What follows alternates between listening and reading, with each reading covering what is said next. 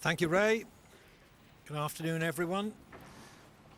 A match which brings together two 20-somethings who are forcing their way towards the top of the rankings.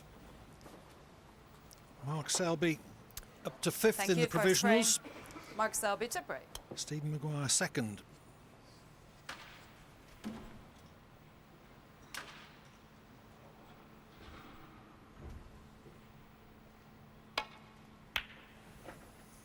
The provisional rankings assessed just at the moment over 1.5 seasons, and the official world rankings change after each World Championship and are based on 2 complete seasons.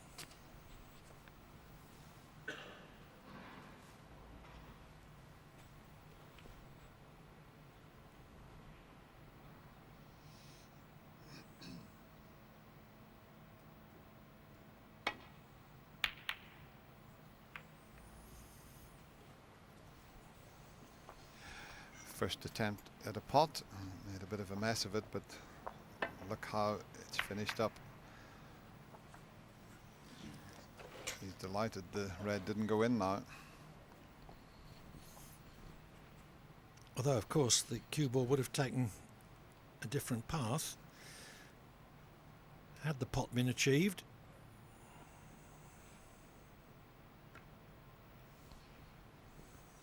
Yeah, just talking about being delighted the way the ball's finished up. I think both players are delighted to still be here because Mark Selby, terrific performance to win the last 3 frames against Stephen Hendry.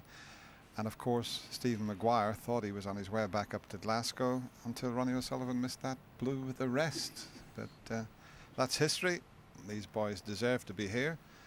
It could quite easily have been a Hendry O'Sullivan quarter-final. But it's a tough game these days. And these boys are here on merit.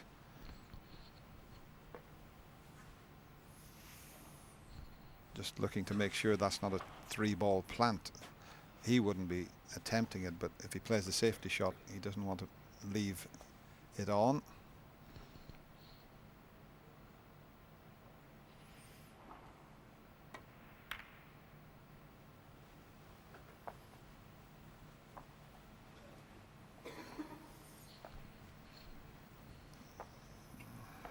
And Mark is coming around to have a look at it, and it's now a possible 4-ball plant. In fact, he might have to hit the red next to the blue, which would then in turn make it into a 5-ball plant, which is something you wouldn't see very often. And let's have a look. I think it's well, it might just push it away from the pocket. Although having said that, because they're touching or almost touching the last 2 reds, he may be able to make this. Now what an opening this could be. Very rarely do you get a frame starting with a 5-ball plant. Well, this will get a terrific round of applause if it comes up. He can pot the red direct if he doesn't fancy the plant. 5-ball plant it is.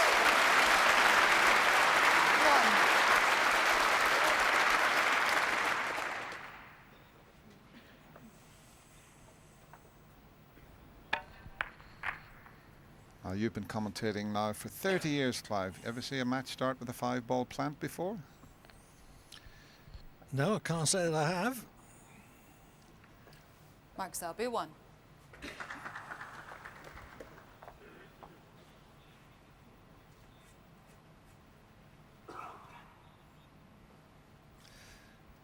Let's have another look.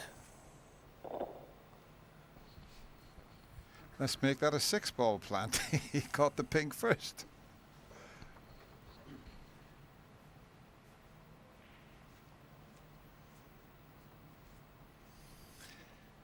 There is an escape route twice across the table to land on the reds there.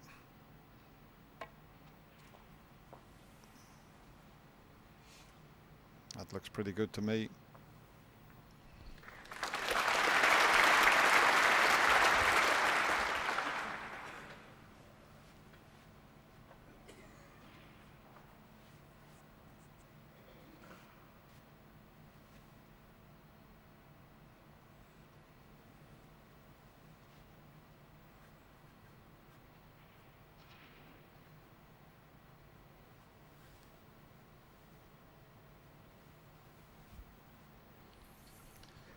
Well, if he plays safe off the nearest red, he has to avoid the cannon on the red nearest the left middle.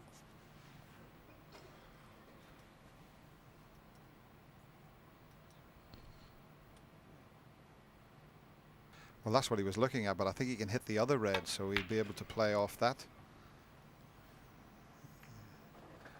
That red that he removed was in his way, Clive, from the other escape route.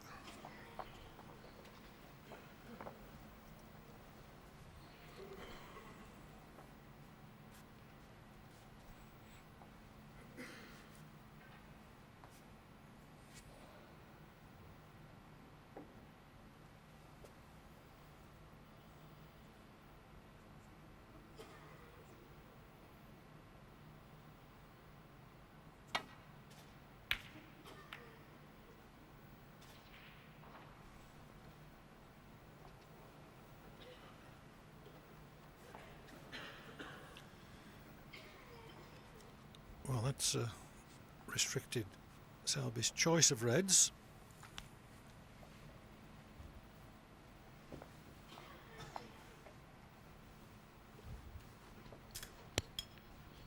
Yeah, what he's looking at there, he's not looking at the option of taking the pot on. He's looking to see what would happen if he left the white up in the corner of the table here, the right hand side. Would he leave one in to the left corner?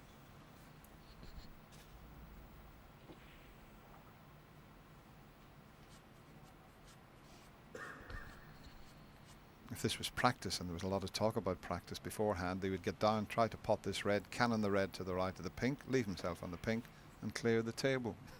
It's not practice though, is it?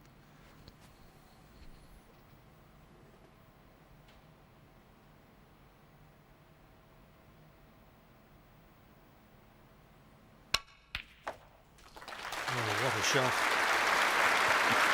One. Well, he deserved a good kiss on the red. I mean, terrific cueing to avoid the pink, but the cannon on the red couldn't have worked out better.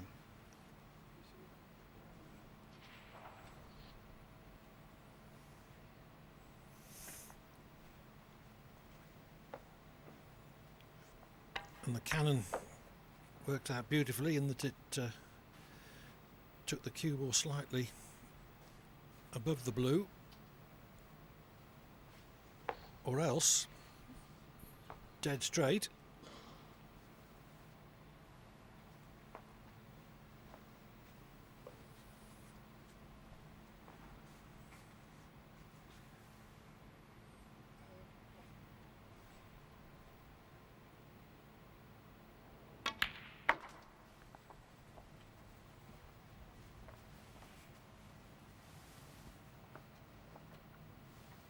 Six.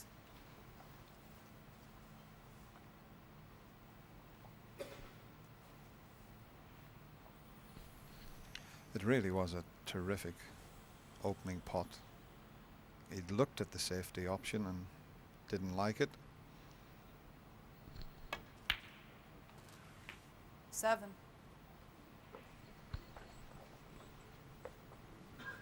That long pot that he took on, we'll show you with Hawkeye exactly where he was hitting it.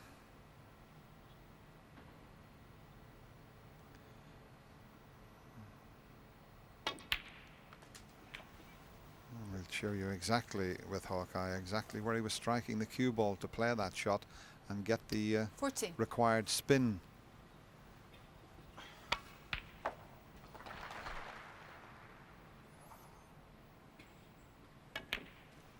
Oh, that was a 15. kick. It took the pace out of the cue ball. Didn't throw the red offline, but heavy contact there.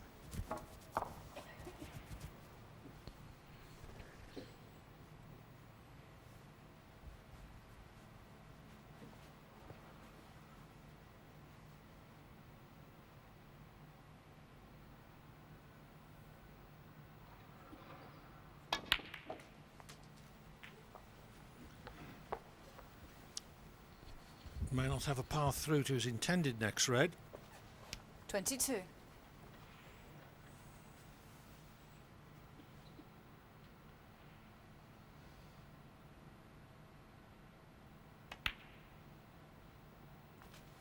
23.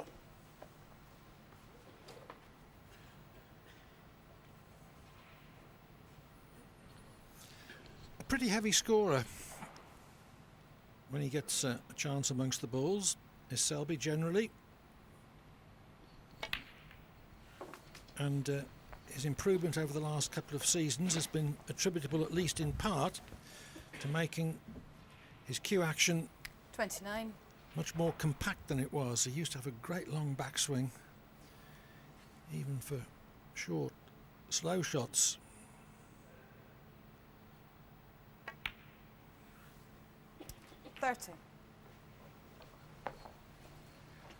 Just let that one run a bit too far. Should be okay. Just using the pink as a stopper there. He wouldn't have had to do that had he been 37. nicer on the black, but he's looking very good here.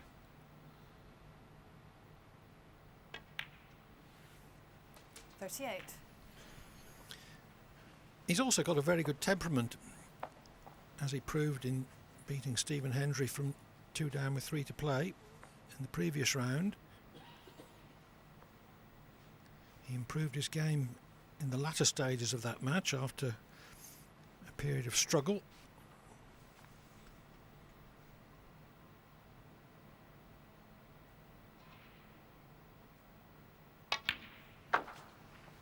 Yes, you've got to give him an awful lot of credit. It's 3 or 4 years ago. Not many people would have thought that Mark Selby would 44. be ranked 11 and provisionally number 5. So he deserves everything he's got because he has put the work in.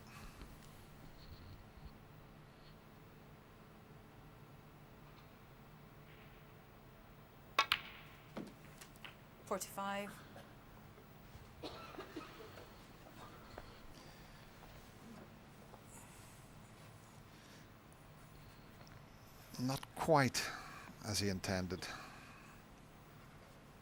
Looks a bit straightish on this pink.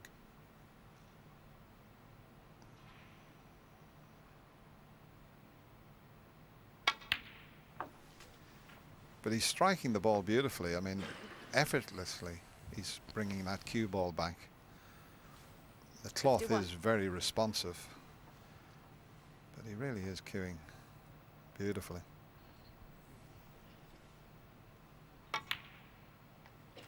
52. And there's another lovely little nudge on the blue, unintentional, and it's worked out to perfection.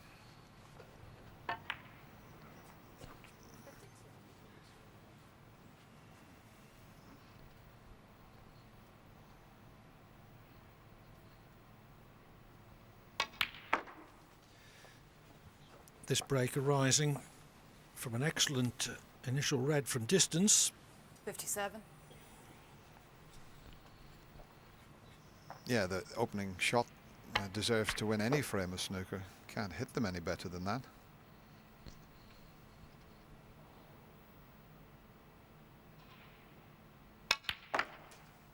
$58.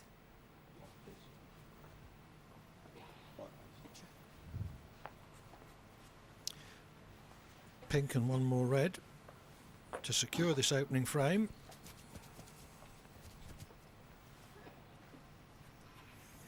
A frame in which Maguire hasn't done anything wrong.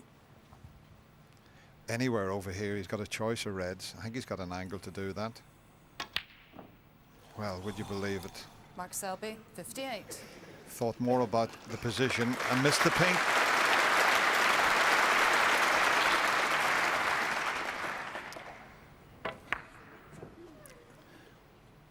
Well, it was a little bit on the straight side, and had there been more angle he could have got to this position more easily, more automatically.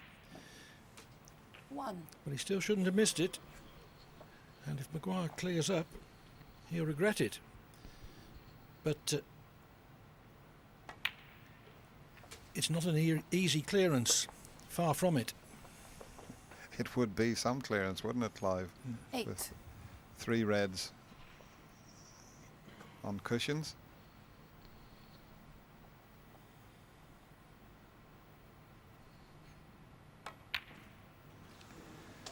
Stephen Maguire, 8. I didn't expect him to miss that one though. You put it onto the near cushion, and once you do that at pace, they won't go in. They tend to go in off the far jaw, the right hand jaw as you look at them.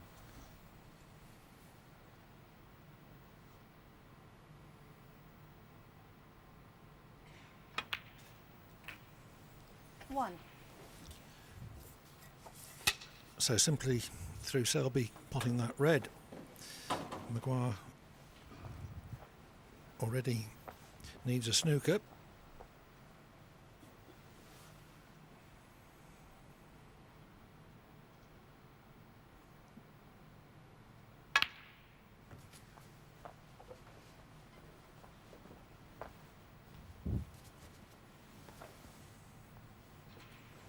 Six.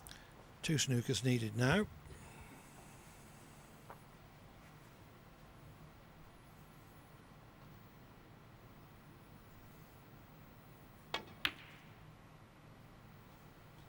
Mark Selby, 6. And Nifty. Maguire concedes. Selby leads by a frame to nil.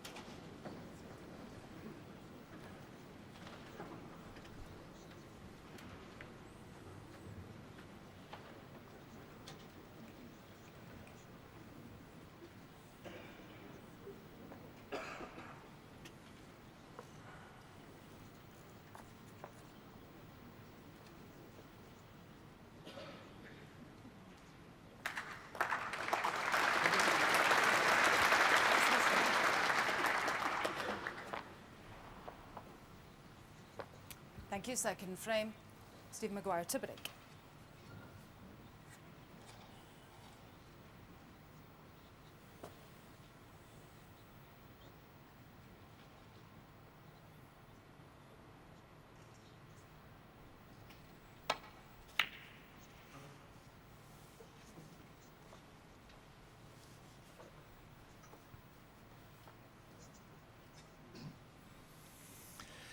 Well, Maguire built up a great competitive record as a junior and as an amateur.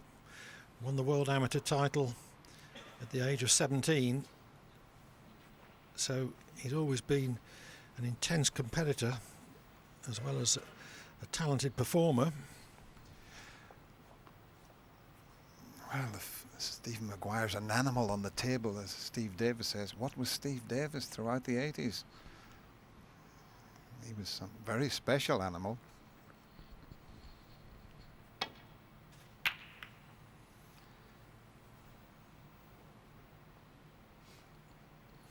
I remember Kirk Stevens remarking about Steve once. He was playing him and he looked across at him, and just the look of him made him feel inferior. That's absolutely true, Clive. A lot of players back then, before they got the cue out of the case, they'd lost the match against Steve Davis. He exuded an aura, no doubt about it. On the other hand, when top players start losing, then the other players lose some of the fear factor. Meanwhile, that was a very attacking safety shot from Mark Selby, and it's left Stephen Maguire with a difficult pot. There's no easy safety shot. It happened to Mark in the opening frame. He hadn't got an easy safety shot. He knocked in a cracking opening red. Let's see what Stephen Maguire can pull off here. He's taken the pot on, but keep your eye on the white ball.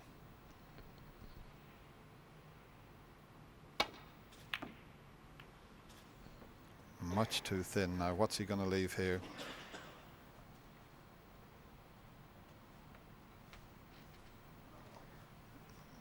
At first glance, he might be rather fortunate. There's no easy starter. There's a red into the right middle pocket where he might be able to come back for the black. There's a red into the left middle pocket, but that's the one I think he should be taking on, and he can bring the white back. If he gets the white back to somewhere near where it is at the moment, he'd be okay. If he's dead straight on the red, that is.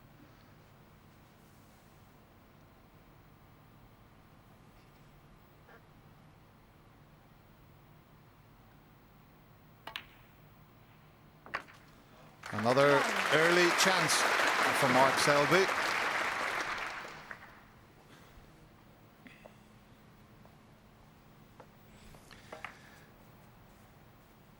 Well, it was dead straight, and it wasn't close enough to the side cushion to narrow the entrance to the middle pocket very much. So he'd have been disappointed to miss that red.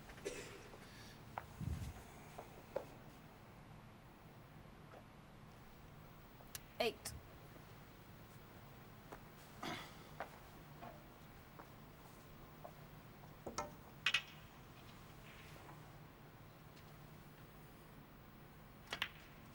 Nine.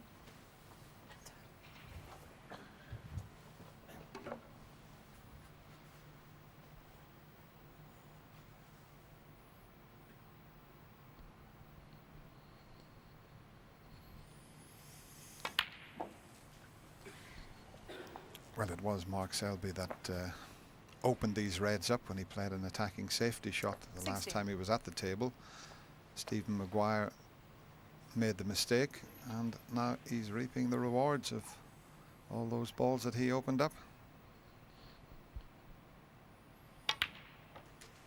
17.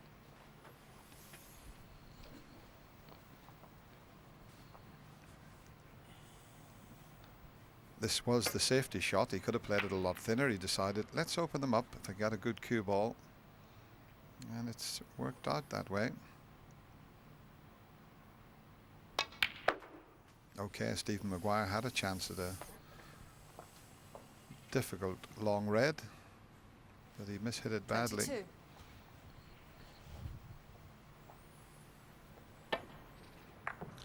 Yes, hit that a mile too thin, but there was a lot of pressure on that shot. 23. He had to take the risk, and position was very uncertain, even if he got it.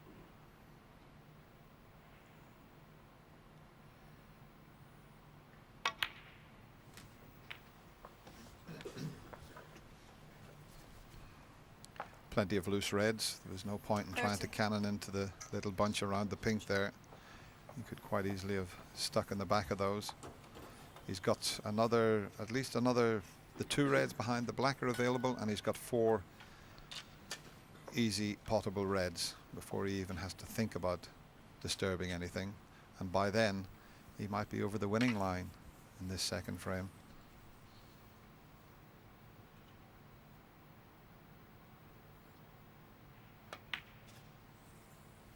$31.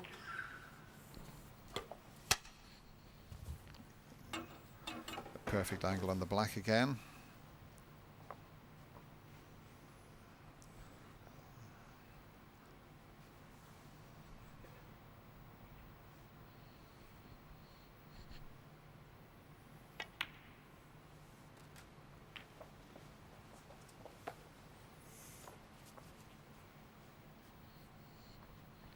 $38. That's a nice pair of shoes as well. Not quite 39. like Ken Doherty's.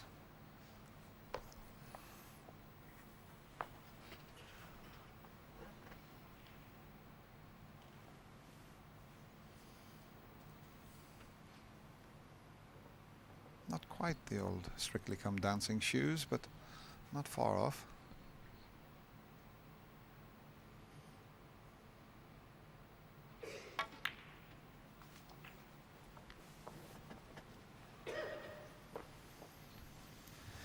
But he's certainly dancing around the table at the moment. 44. He's playing right at the top of his form at the moment.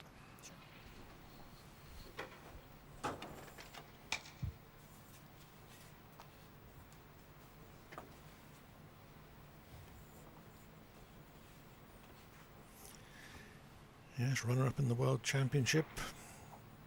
A 9-8 semi-final loser to Ronnie O'Sullivan in the UK Championship. Selby, a match for anyone these days.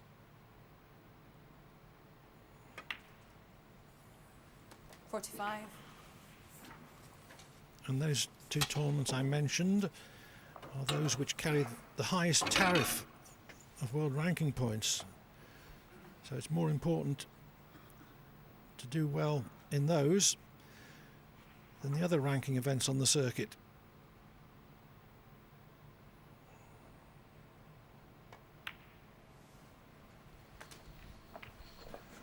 We've mentioned a few times about a little mannerism that Mark has when he's down on the shot. He moves around a little bit, but 52. it doesn't really affect the shot.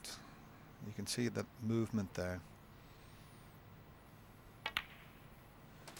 53. When you're working with a coach or when you're starting off in the game, they tell you to keep your head as still as possible and deliver the cue in a straight line, but this is just a little mannerism that Mark has.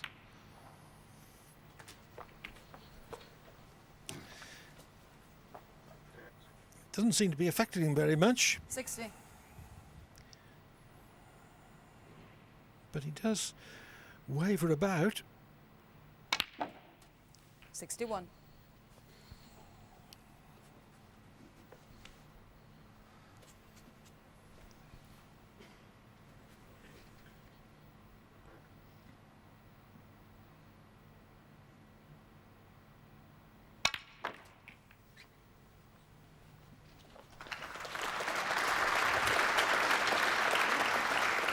He waited 68. patiently until he had to go into those reds. He picked off all the loose ones, and that was the right time to go into them. A couple of pots away now from securing the second frame.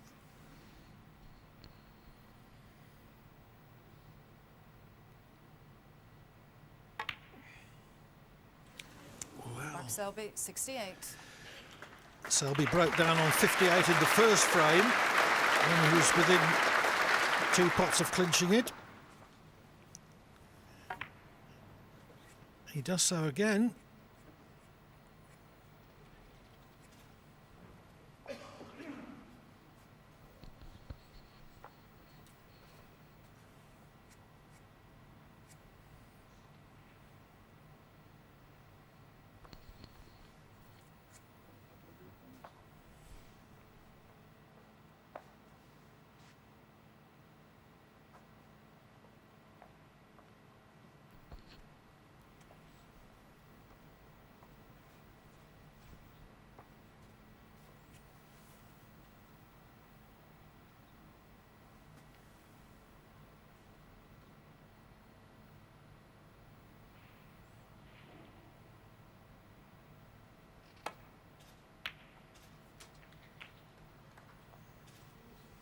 One.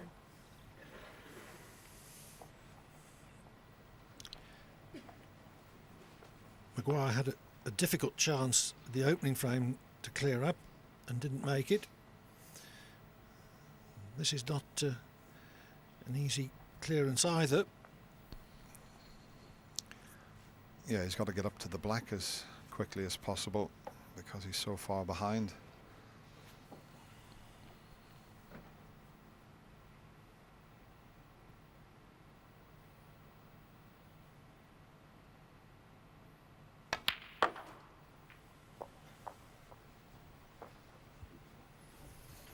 Well, he can afford one blue. Yeah, and it's not a bad angle if he drops 4. this red in to leave himself on that blue and then cannon the 3 reds out.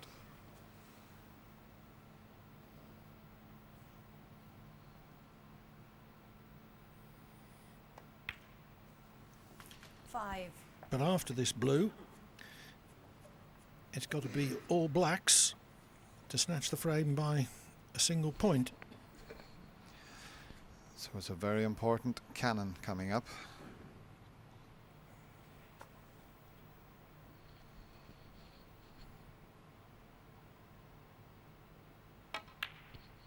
Well, he's going to leave it for another opportunity, but he had a good angle on the blue there, but he just felt that 10. he should play for the single red. In fact, the way the three reds are, it would be better going into them from the black, but I don't know if he's got a good angle. Yeah, he can hold for the black. 11. So either of those two reds, if he hits them half ball, he's okay. In fact, any cannon onto that little triangle should open them up. He'd be unlucky to stick on them because there's only 3 balls there.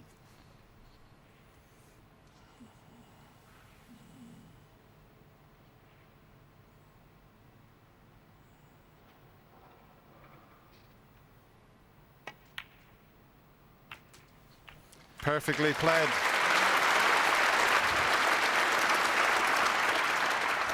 18. What a frame this could turn out to be. A long way to go yet, but he's got the chance now.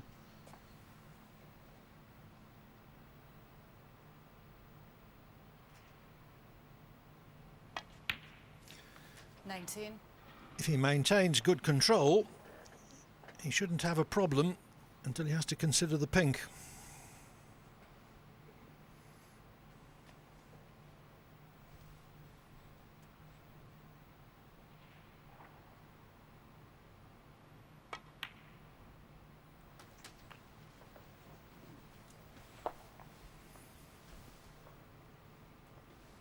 $26.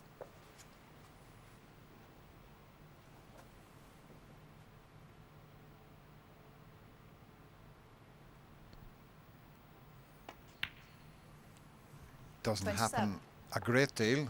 When you make a 68 break, it's usually there or thereabouts enough to take a frame.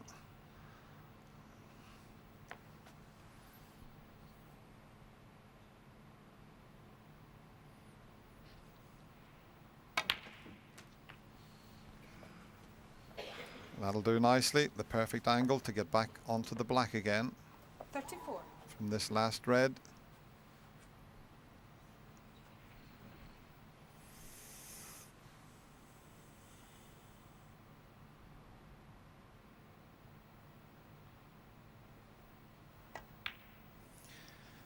$35. It's going to hurt Selby if Maguire does clear up, because he missed a very easy ball, which was effectively guaranteeing him a 2-0 lead. He normally would play off 2 cushions, but the pink's in the way, so he might just have to go straight up the table off the 1 cushion. Let's see if he can avoid the pink if he goes 2 cushions. Yeah, he's missed the cannon, so that's well played.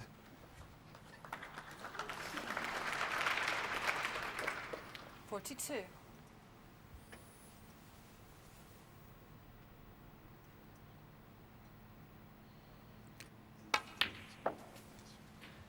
$44. It's so important. It's going to be blue to pink. I've put the circle up in anticipation that he's going to pot green and brown and leave the white somewhere near the circle to try and develop the difficult pink.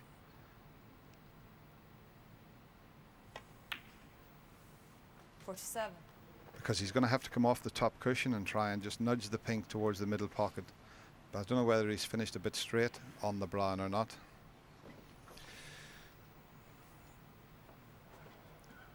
Well, it's much more difficult to develop the pink from the right-hand side, but it does appear that he has some angle on the brown and may be able to force over to the left of the blue.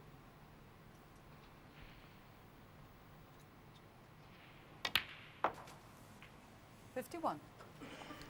He's come a little bit straighter on it, so that isn't available to him now. The only possible chance I think he has here is to leave a double on the pink. He can just drop the blue in and leave a chance of a back double. So 56. this is the key shot. What a frame this would be to pinch. It's all about the double.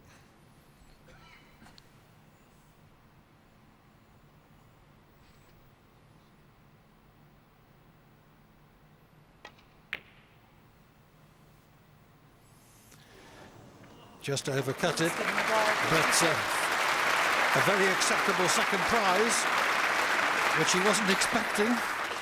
He held his hand up to apologise because he did try to get nicely on the black. But what a result. He knew he'd missed it straight away, but look at the kiss on the black. And there's the hand to apologise. Now Mark needs a bit of good fortune to hit this and knock it safe.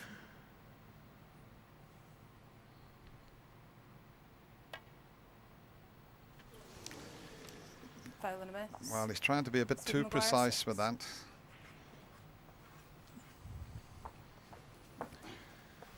And if he misses it this time, he'll need a snooker. He's trying to just come off the cushion and flick the pink. Got to make sure you hit it this time, Mark.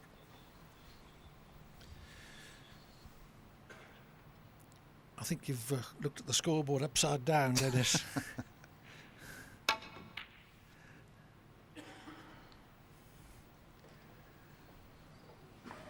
Well, he needed a bit of luck, didn't he? He didn't get it, that's for sure. Maguire still needs pink and black, but it shouldn't be a problem.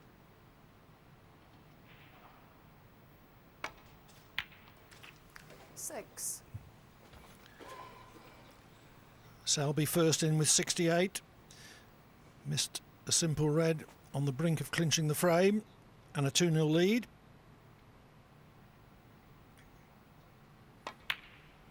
Maguire replied with 56 and was later able to add pink and black to level the match at 1-1.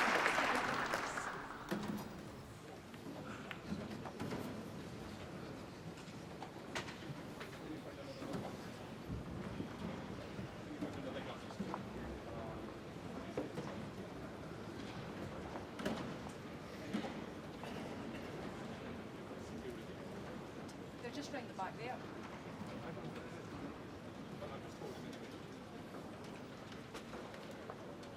Stephen, do you want another glass tonight? You all right?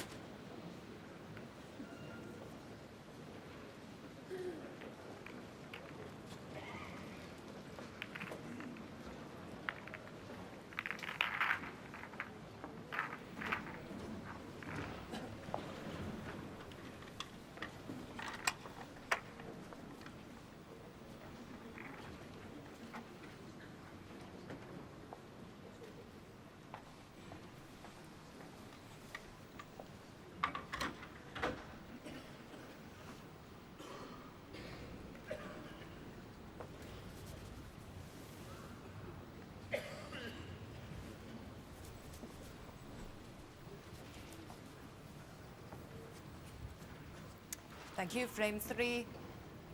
Mark Selby to break.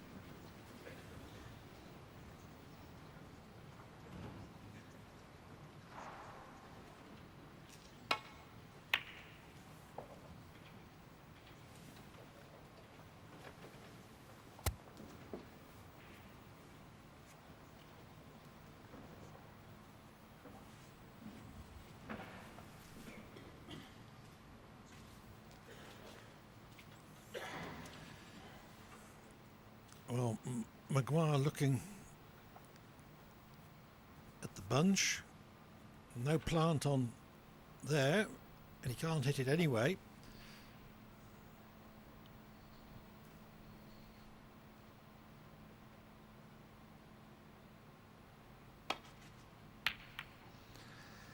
I think what he was looking at, Clive, was if he took this red on and didn't pot it, would he leave the plant on?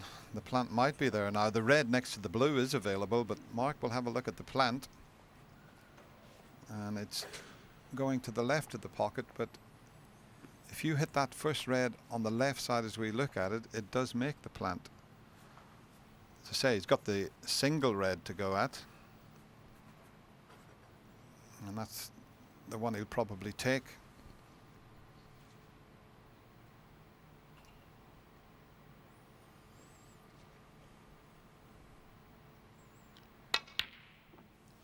preferred the open red, and at that range would have expected to pot it.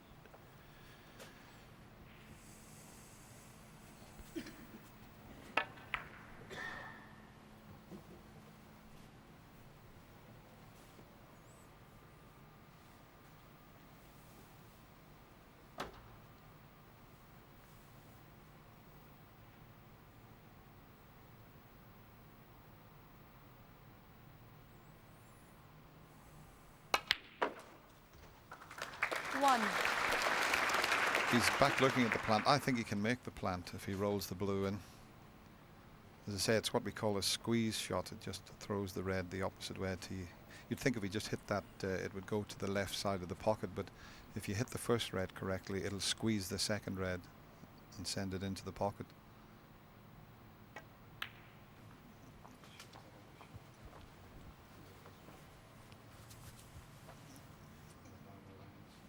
Six.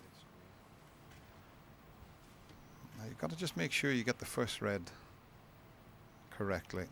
And there you've got a perfect picture of that. You'll see that the red is going to the left of the pocket. As he hits the first one, watch how that red straightens up and finishes up in the center of the pocket. That's the theory behind it. Let's see if he can pull it off.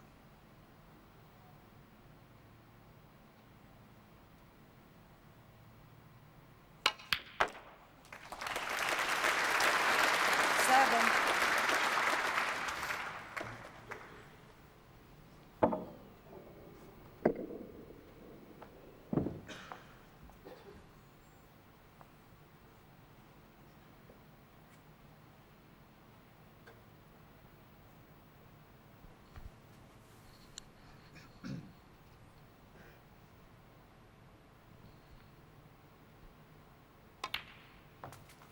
Seen very little tactical play in this match so far. It's because the balls have been in a pretty good position from the start of the frames. 11. We've had breaks of 58 in the opening frame, 68 and 56 in the second frame, and an early chance here.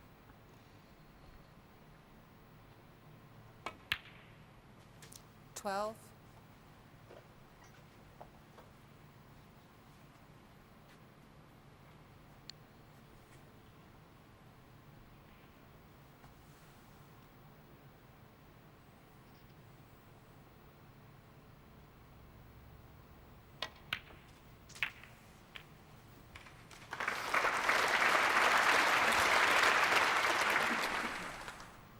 $19. Should be another substantial contribution here with the bunch opened. And they 20. couldn't have opened any better. Just look at the reds, how they finished up.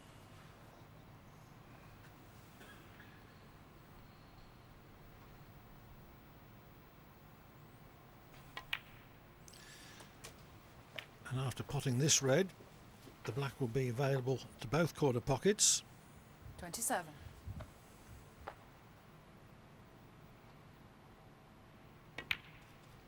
$28.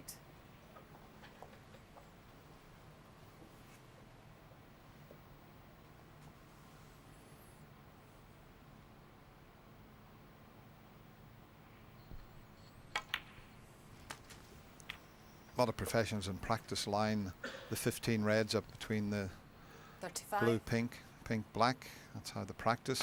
And occasionally you'll 36. throw the reds on the table in this sort of position to have a little practice session. So you would expect them to knock a few in here. Sure. Bit of a heavy contact though.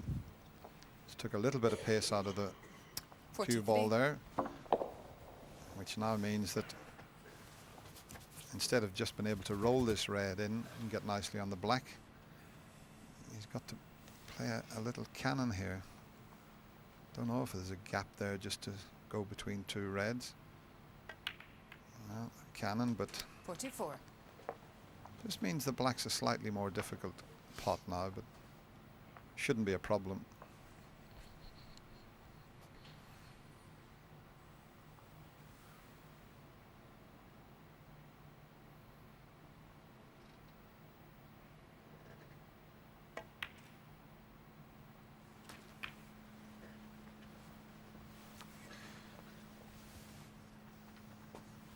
51.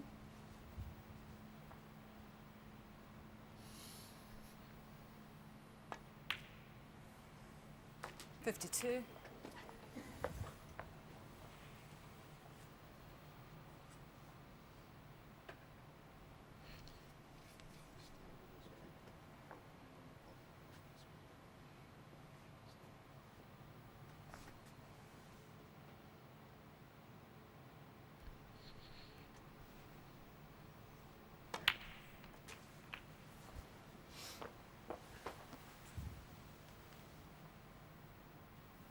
59.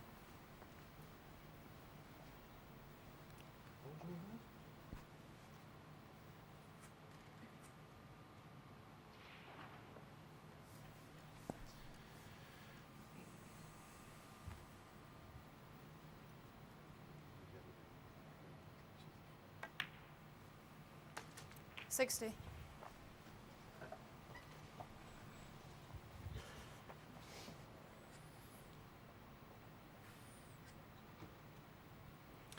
Well, Selby can't see any way that Maguire is not going to clinch the frame at this visit.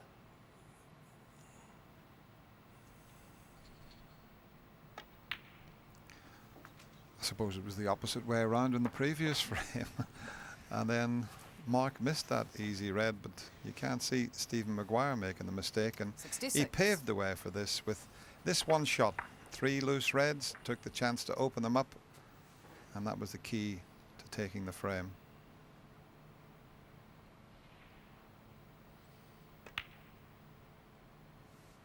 $67.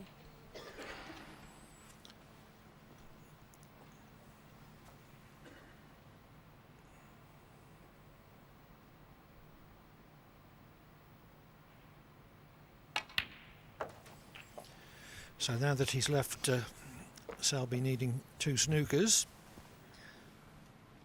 73. he can concentrate 74. on setting a new target for the £10,000 highest break prize.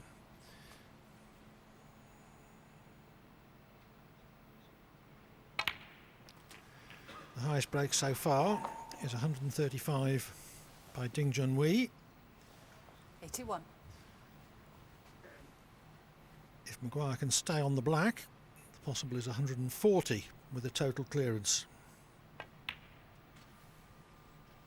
82. But it's not going to be easy.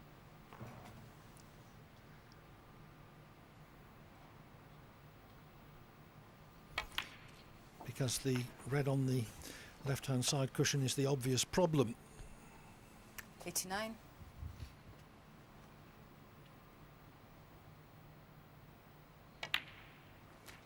90. It's not in too bad a position to remove in a couple of shots' time. If he just gets nicely on the black here, he could leave himself the perfect angle. 97.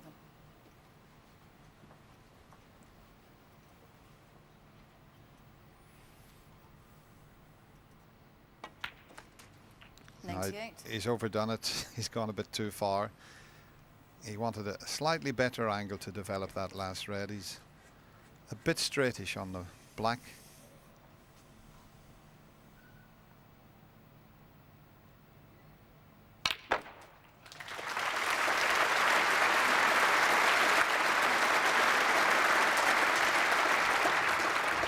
$105. This would be some shot. And he'd be well aware of the high break prize.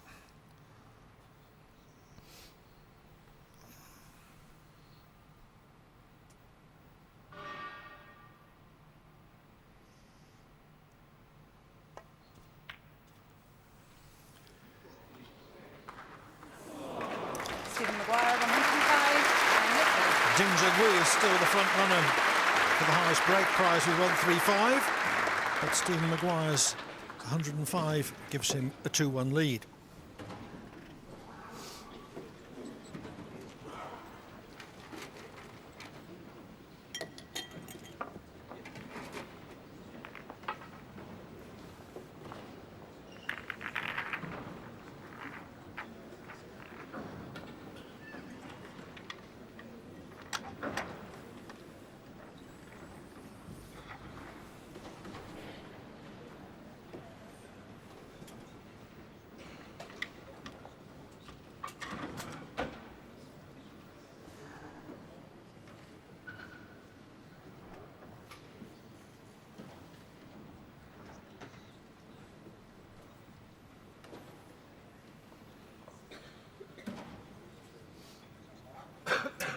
Thank you. Frame 4, Stephen Maguire, Timberlake.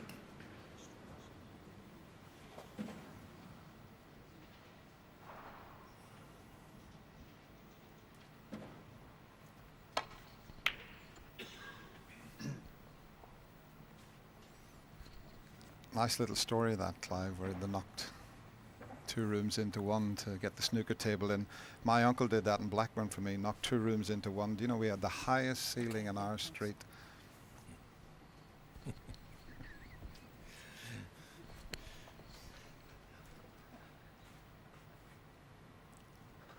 I'm sure you knew not to stand the table on end. No, it wasn't to put a table in. Yes. That's what he's looking at. He's a very good long potter.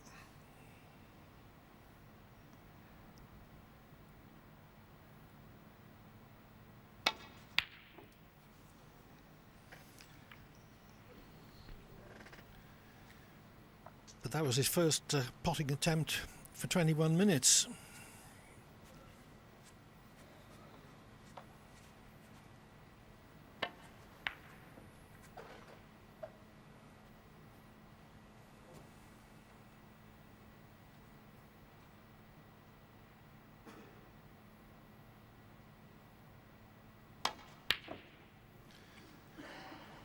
Well, that was more surprising because Maguire is very much in the groove. He just seemed to hit it much harder than he intended, and that's an indication of that with the cue ball finishing up where it did.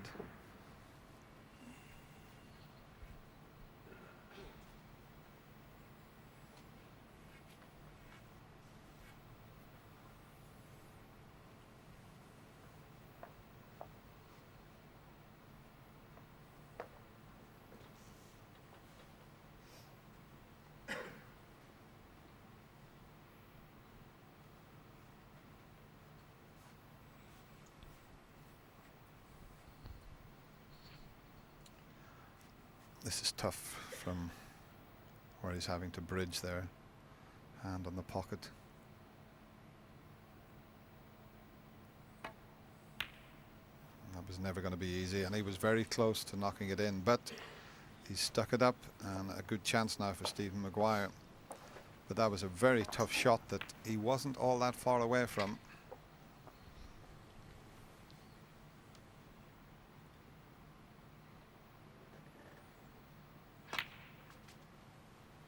One.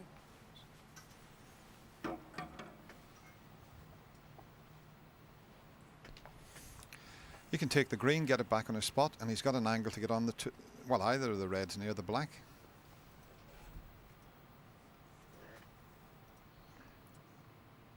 He can either stun up or he can go off the cushion depending on the angle to drop on one of those reds.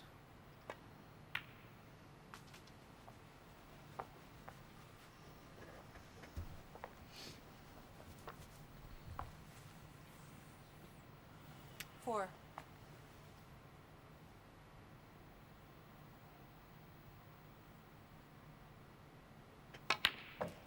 Five.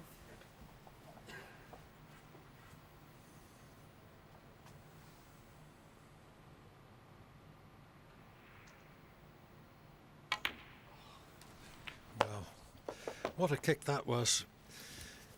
Had the cue ball 12. come back further, as it should have done, the red behind the black would have been a 3/4 ball pot instead of a thin cut.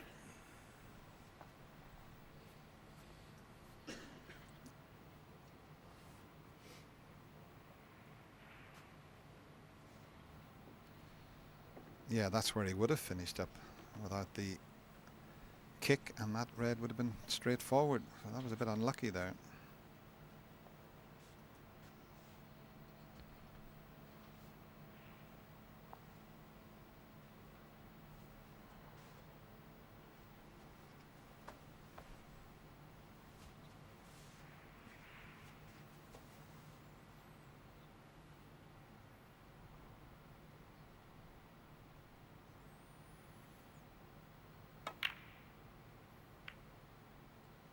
Stephen Maguire, 12.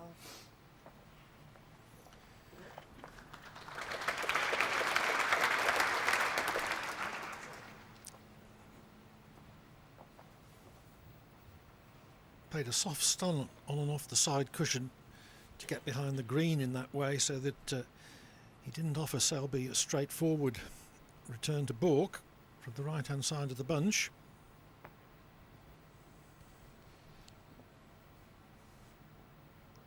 Yeah, I don't think that shot's on. The one he was down looking at, he was looking to see if he could pass the blue and the pink to clip the left side of the bunch, but even if it was on, it's very risky. And the blue's just slightly in the way.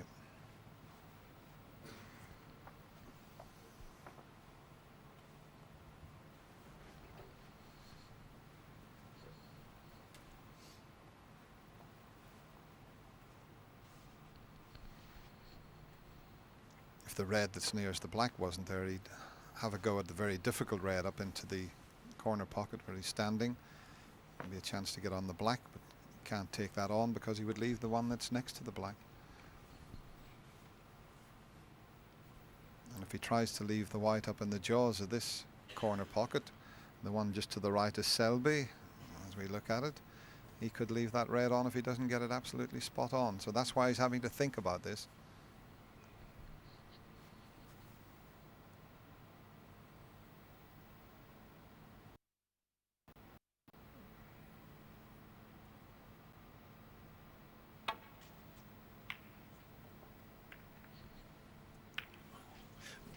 Very nearly a great reply. A pity the blue got in the way.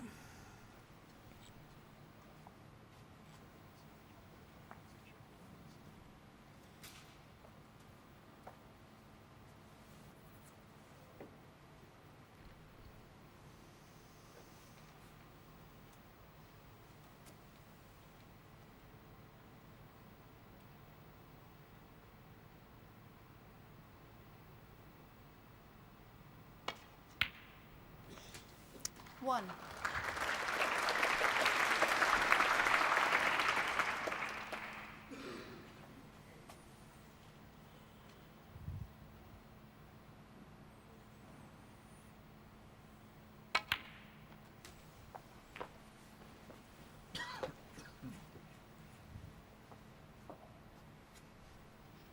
Eight.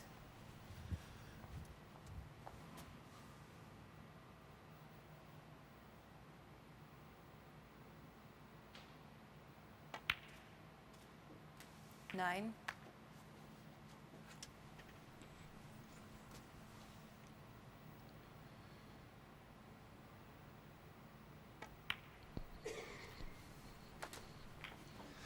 Mid-session interval coming up after this frame. I'm just thinking, Clive, if Stephen Maguire could take this frame 60. and go in 3-1 in front, how delighted will he be?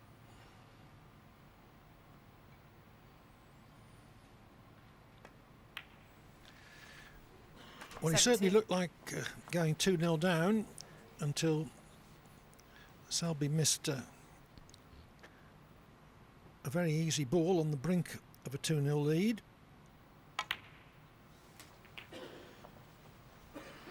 And 24. that mistake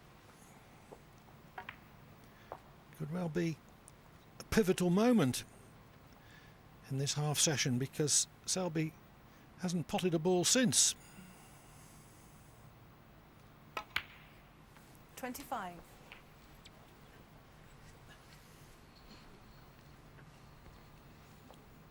Yeah, he's got to be careful that he doesn't stick on them. If the red he pointed to there, if he can hit it on the right hand side, it would be much better, because he's got one near the middle pocket that he could finish on.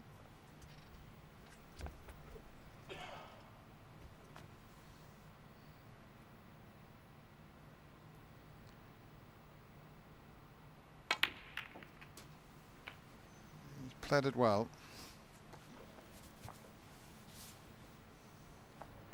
32. As long as he hit that red on the right side, he was always going to get the white away from the bunch, and that one was over the left middle pocket for him.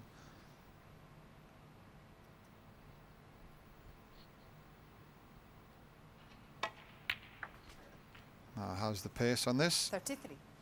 This looks to be absolutely spot on. Is it going to bounce? Oh. Just another couple of inches and he was perfect. It's a bit thin now. The white's running away up the table unless you can just clip the reds or cannon that single red to the right of the pink.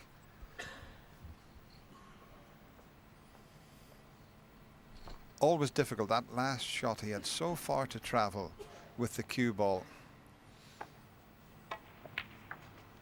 Very difficult to get it absolutely spot on. He was just a couple of inches away from being perfect.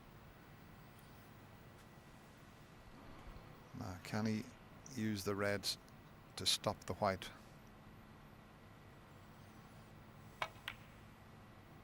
He's forgot about the pot. He Stephen concentrated Maguire, on the particularly. cannon onto that red.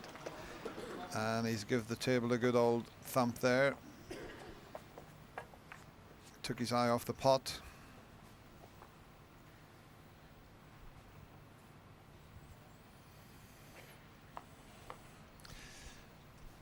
So it's 32 minutes since Mark Selby potted a ball.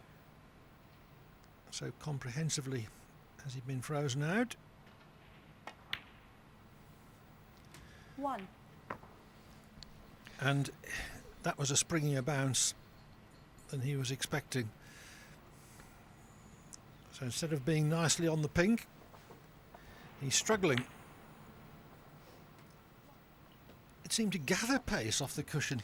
I mean, the table's playing beautifully here this week, but it is bouncing off the cushions. A little bit of inconsistency at times.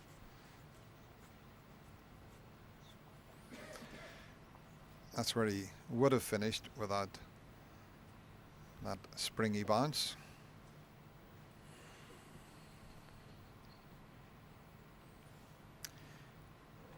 Selby would have been thinking, just what you need when you're struggling.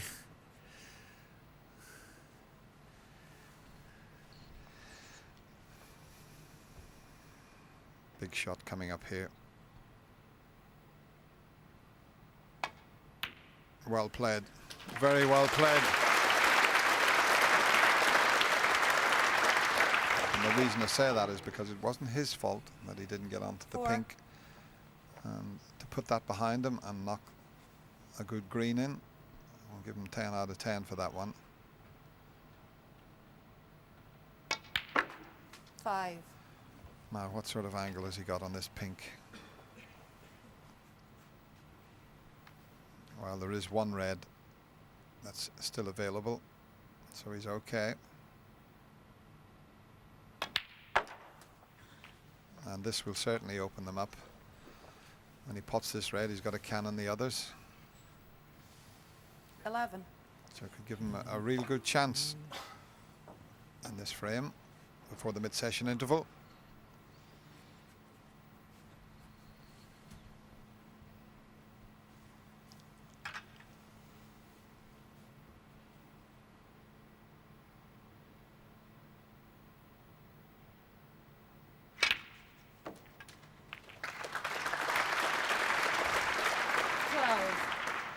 I thought for a second he knocked all reds on, but the one that was on the cushion is still on the cushion,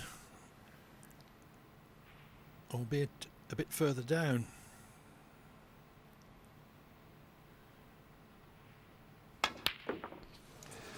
Oh, he hit that so hard. Look where the white's coming to. He didn't Marks have up to get the 12. white round that far. That was a bit of adrenaline there to hit the green so hard. I don't think he intended to do that.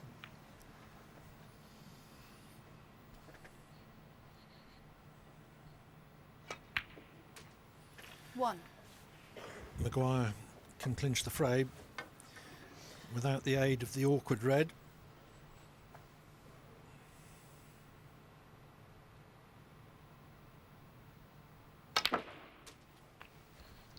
Now that black was almost straight. It's amazing the angle he made there when you can force it in on these light cloths. 8. One on the floor, but Michaela Tab will leave it there rather than trying to retrieve it while the player's at the table.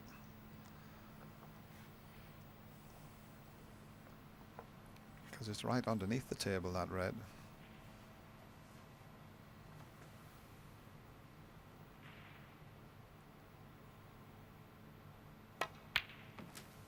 Nine.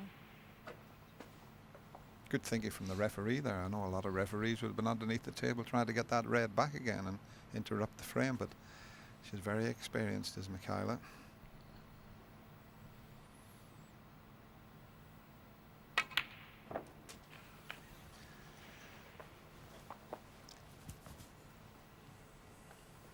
Sixteen.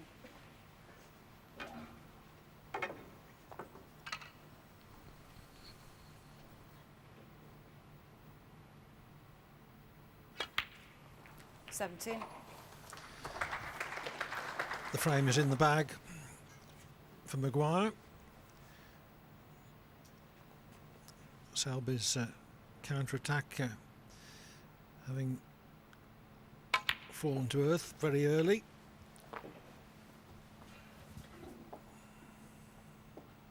Twenty-four.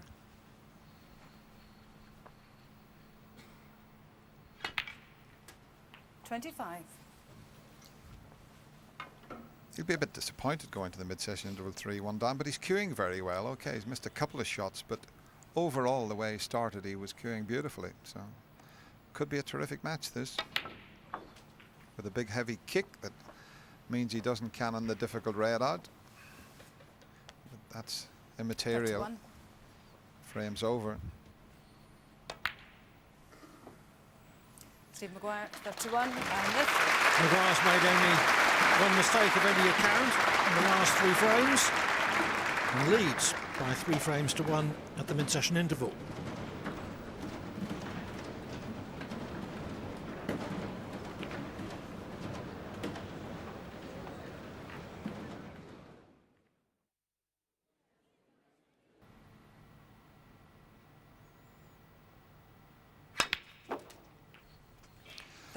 That's a terrific shot. In fact, he's hit that too well. But what a good shot with the rest, and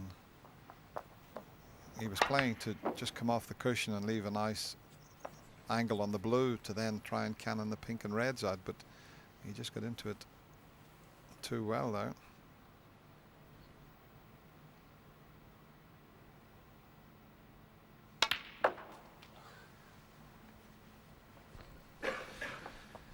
Selby 7 out of 7 with the rest. 41.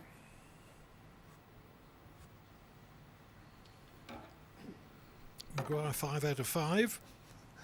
I'm glad they didn't have stats around when I was playing, Clive. I'd beaten none out of 100 with the rest. Well, I think you were better with the rest than John Spencer was anyway. He was very poor with it, even though he did win 3 world titles.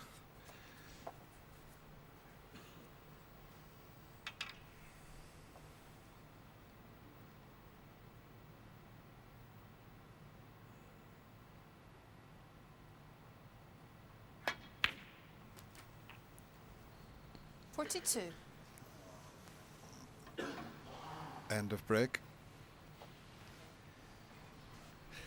Yes, played to cannon just the left side of the red, which was against the black.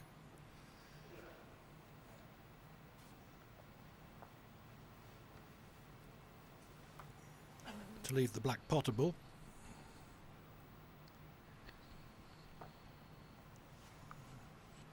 That was interesting, just mentioning John Spencer there, Clive, who you said won the world title 3 times. Probably was no good with the rest, but never used to need it much. He was a very good positional player. Mark Selby, 42.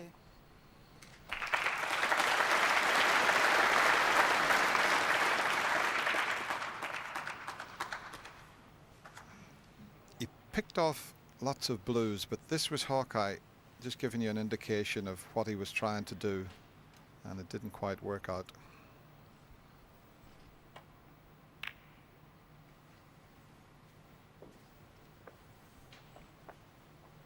Selby put the black safe with his ensuing safety shot.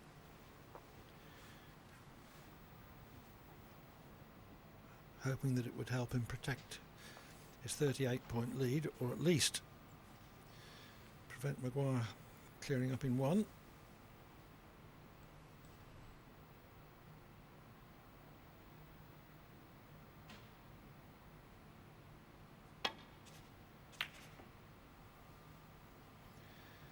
Although if Maguire did get in, he could win the frame without using the black.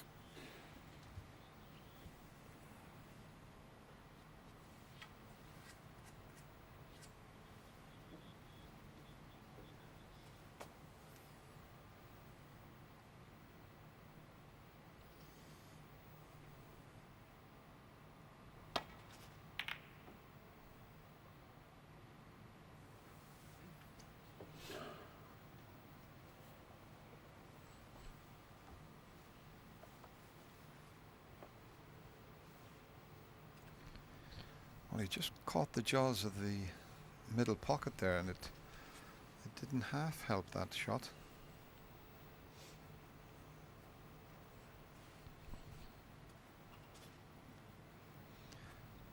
Because he played the safety shot with lots of side on it. Just watch the white. It just checked up there and then just caught the jaws, and that was quite a result. In fact, Mark might be forced into taking this pot on. He can avoid the cannon on the red, I think, on this back cushion. So he'll have a go at this, try and swing the white around the table.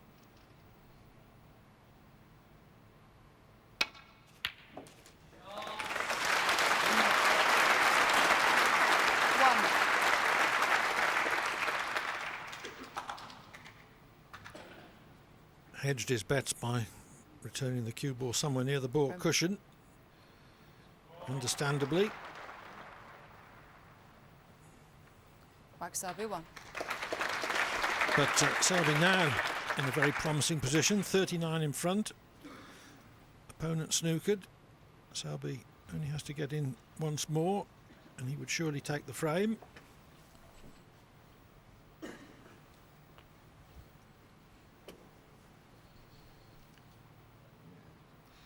I mean, if he goes twice across the table, tries to land on that, it could go all wrong. And if he tries to land on the one that's near the cushion, he would leave the other one, so he's got a problem here.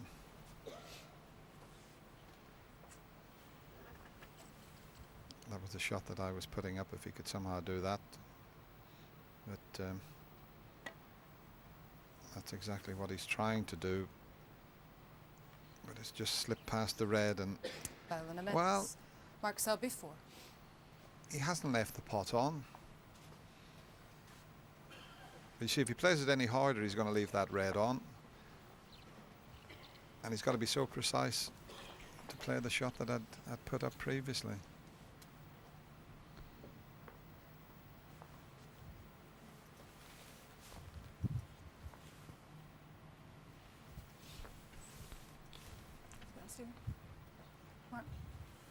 Similar sort of shot.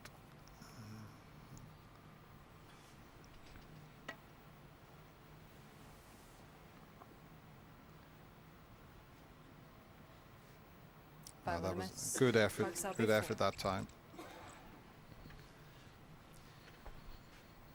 Yes, but however good the effort and however close he gets it, the miss is going to be awarded, not just because there are several reds left, but too slow is much less dangerous than actually getting the cue ball past the intended red.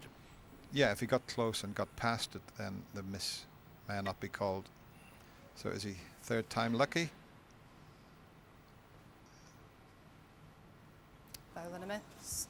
Mark Selby Well, the miss 4. won't be taken this time because the pot is on. That was the danger with that escape.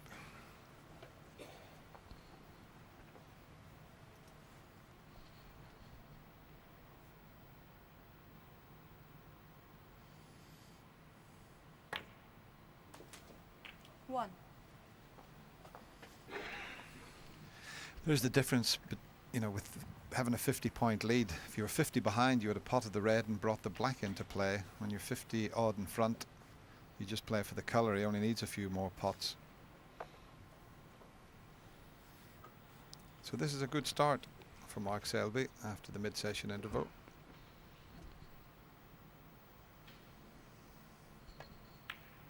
And I think you mentioned, Clive, in the first half, what a good tempo he had.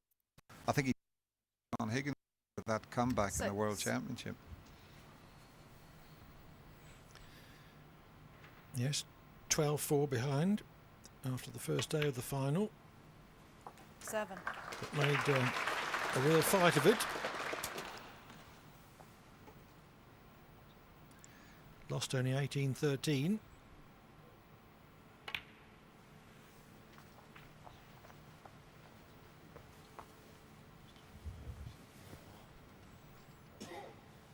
Thirteen.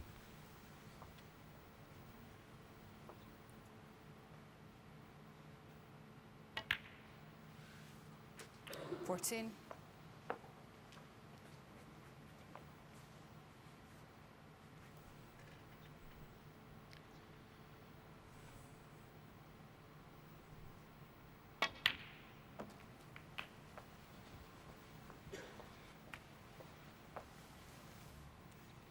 20. 21.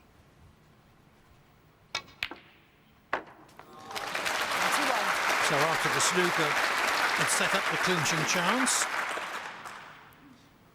Selby has clinched the frame in authoritative fashion.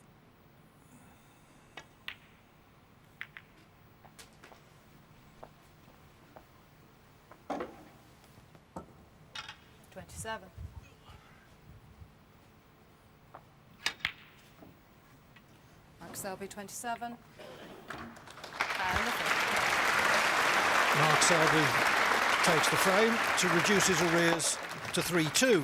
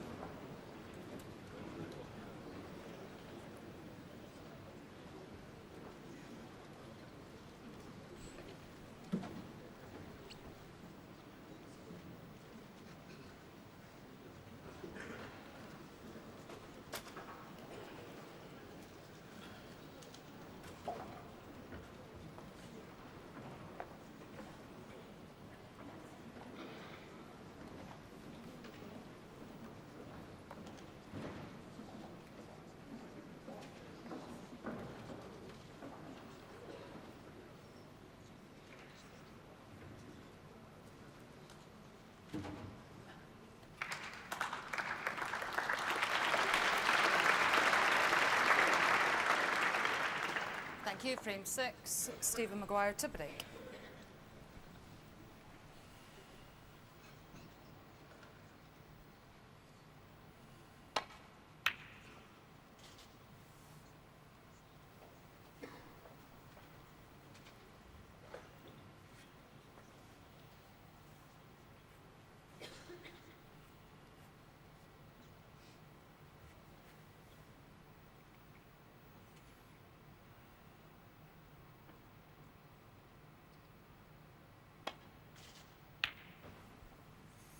Steve Davis is quite right about Mark Selby's capacity to graft when progress isn't easy.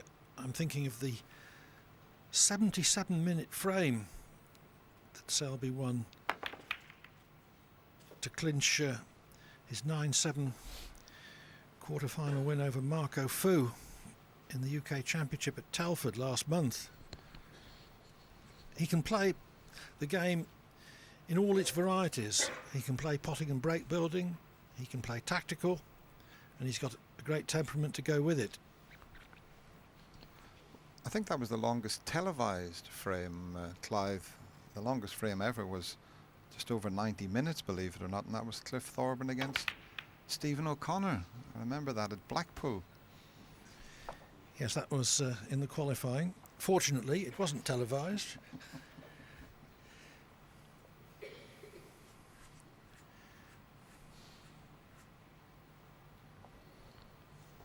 Now this is the first frame where the balls have gone a little bit awkward. Got the reds up the other end of the table. Most of the frames, either players had a chance in around the black spot area early on. This could be an interesting little tactical exchange.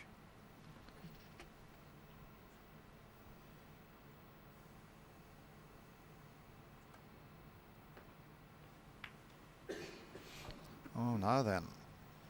There might be a pot on up into the corner pocket past that red, because it's a free shot. He can play back for the black here. I definitely would be having a go at this one.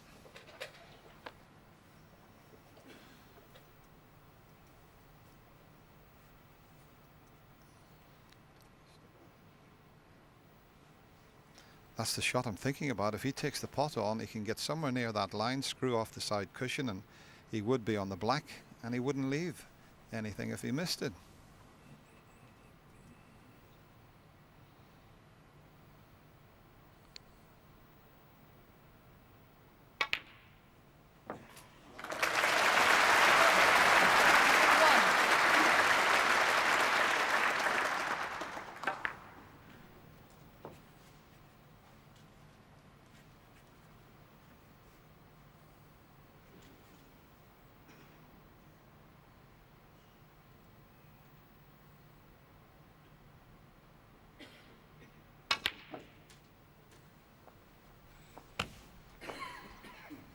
Didn't quite get into it. He needed to get back across the table further.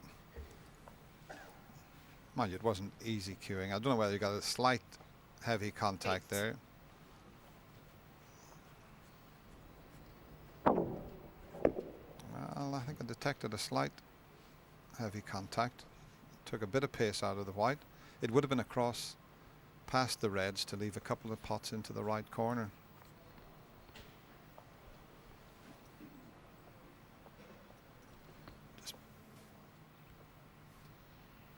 He would have finished somewhere near that other white I put up there, and he would have had a couple of reds on.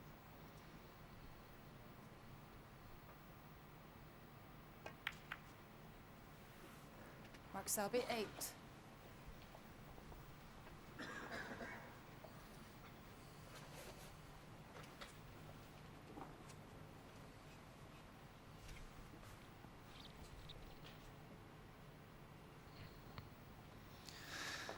Yeah, Hawkeye just showing you if he goes across, well, he just would have slid over there and had a couple of reds. This is what did happen. Come off the cushion, and maybe the slight heavy contact took the side off it as well. That's what he would have been looking at.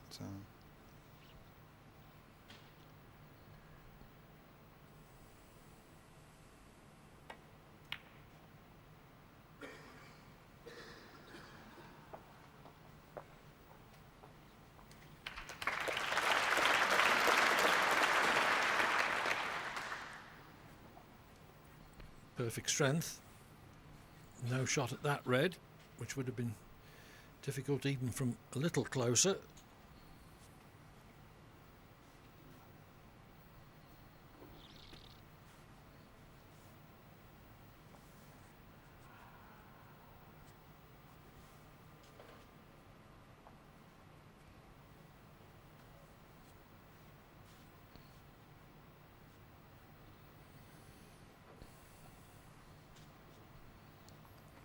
Put the white in the perfect spot there. The red that's just to the right of the brown there as we look at it, if we spin that round we can have a look at what he's looking at. Now if it was the angle, he could maybe take it onto the corner pocket and go up for the black.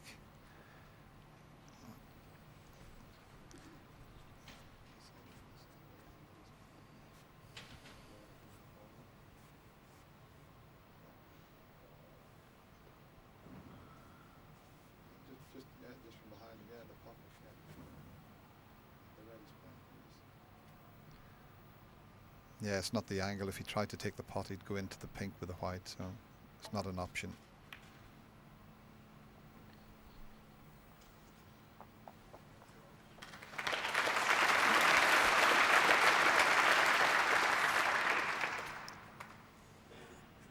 Well thought out safety though.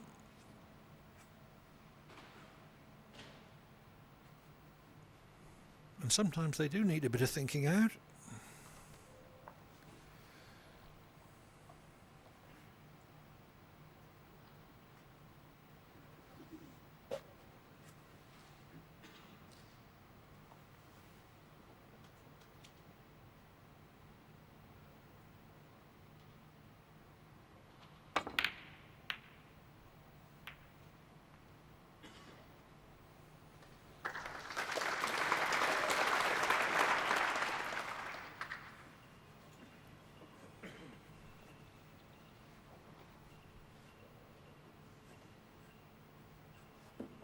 Cue ball so tight to the cushion that Selby can't play a similar shot.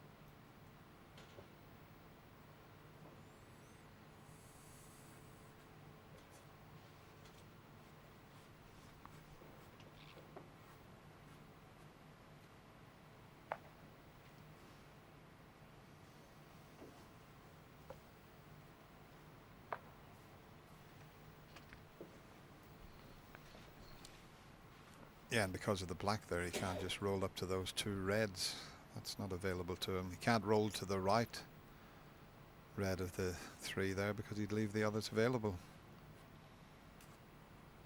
But at least those three reds up the other end of the table, they're not in easy potable positions. Both may go into the middle pockets, but you'd have to be right in behind them.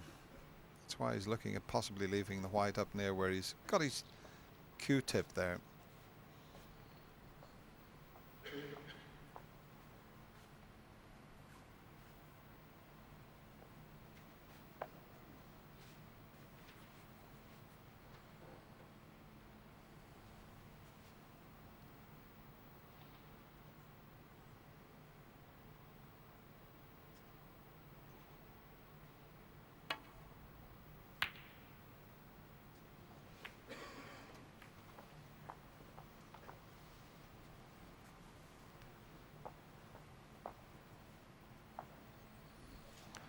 That's not bad. Not sure if Stephen can possibly play in behind the brown here.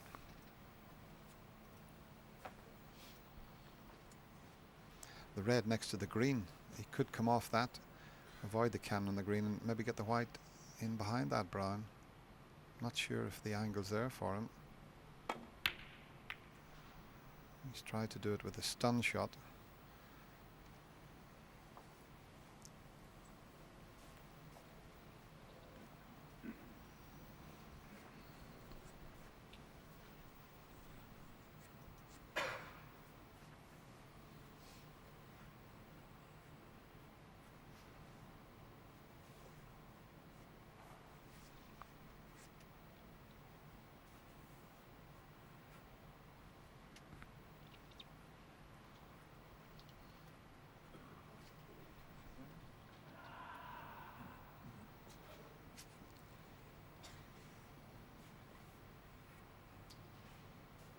As you can see, he can't get to the potting angle of that red that he's looking at.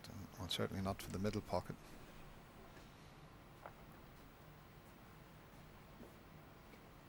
So it's just a matter of trying to get the white back again, and that red could go anywhere, the one he's playing off here.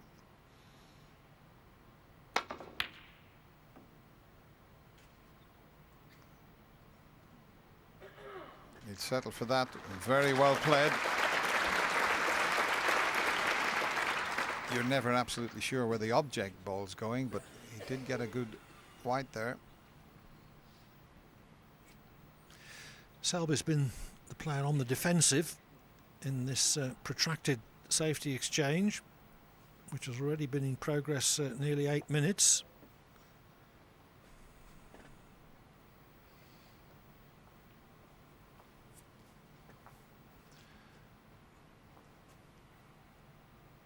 That's how Maguire saw the shot.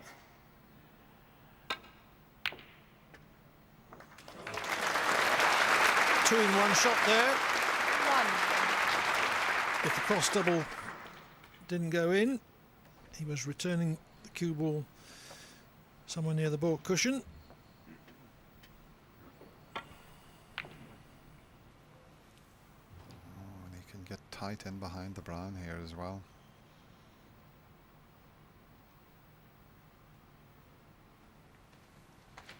Stephen Maguire 1.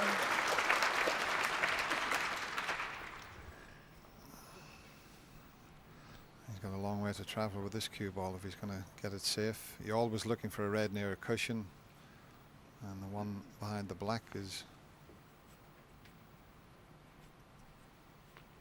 a possibility, I suppose, but it's just one of those very, very difficult escapes.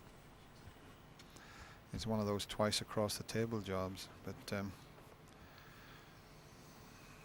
he's looking at all the options.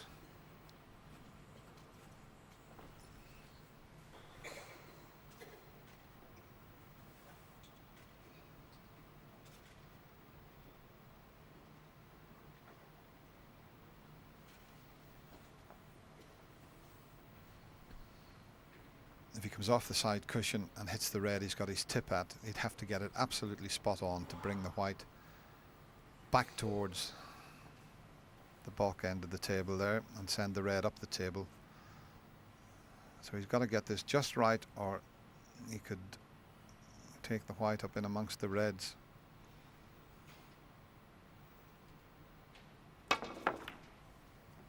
It's a good effort. It's not a bad effort.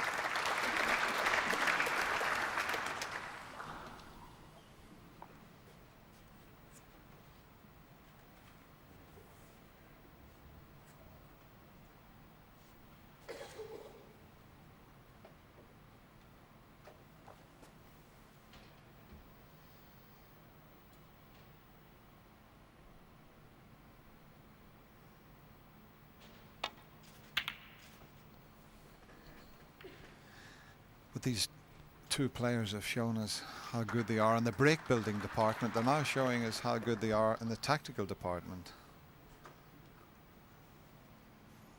And you need to have a good safety game to get to the top in the world of snooker. There's never been a player that could just pot his way through to become a world champion or world number one. You need the all-round game. It used to be the case that players didn't really acquire a tactical game of any note until they were in their 30s, but once television really got hold of the game,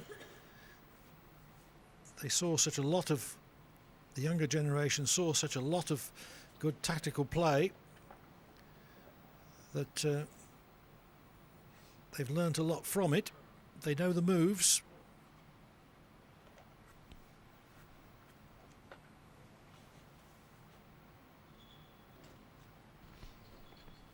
See, he's having to think about this because there's no easy escape back down the table again, and he doesn't want to risk a difficult pot.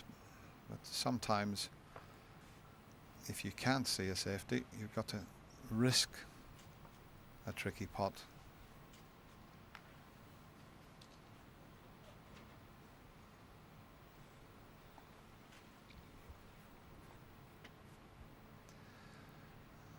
So here we go. Screwing it back as well with a little bit of safety in mind. Where's that object ball going to finish up? He's left it for the middle pocket. You just never know where they're going to finish, and what a chance now for Stephen Maguire. And he's had a look at the black, he's had a look at the pink.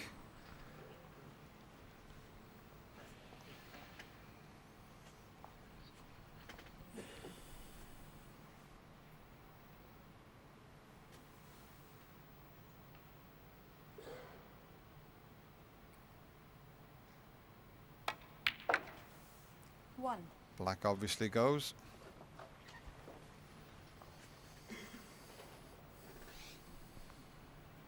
And he's hoping that the red goes after he pots the black.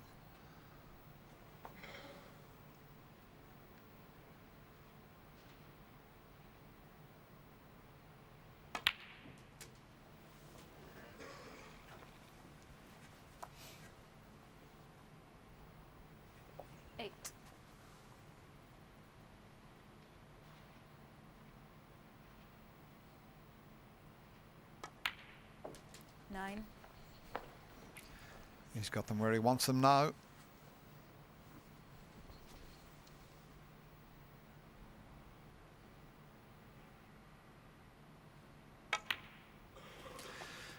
Maguire had Selby under pressure with his safety play 60. for 12 minutes. The first half chance 17. yielded only a single red, but he laid a snooker from it.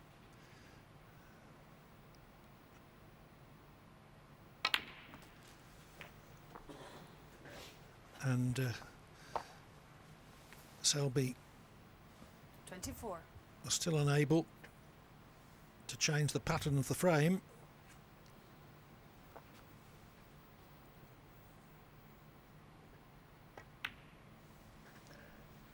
$25.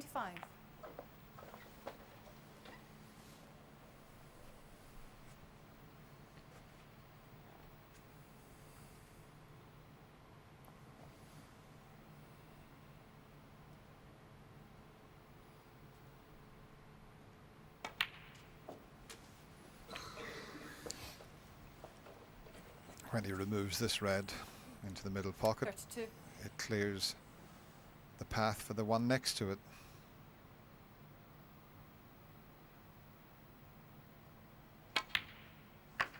$33.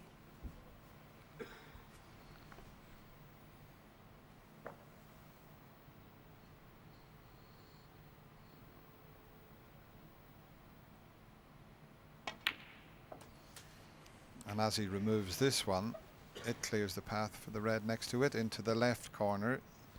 It's 40. available into the right, but this helps the situation, getting this one out of the way.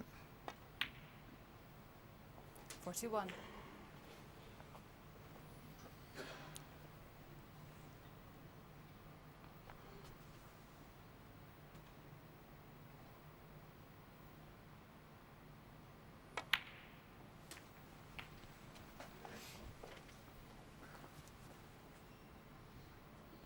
$48.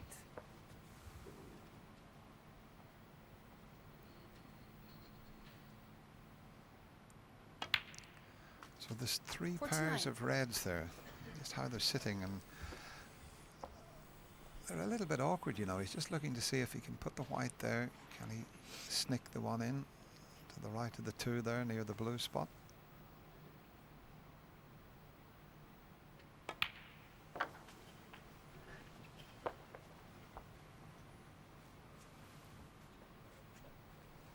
$55.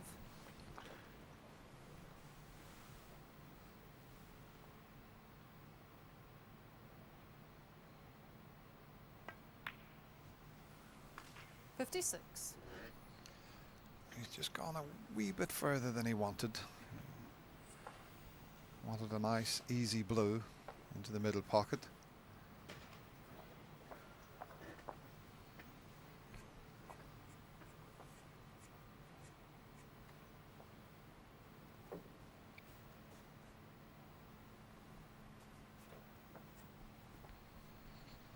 So he needs the blue, red, and pink or black would be enough to secure the frame.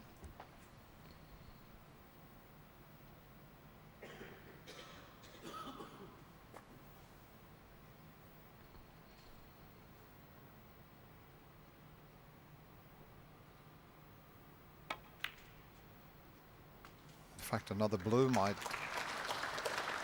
suffice. 61. So if he pots red and blue, he'd be 60 in front with just 59 on the table.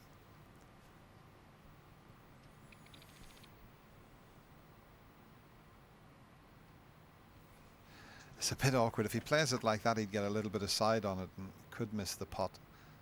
So better just bridging over it slightly.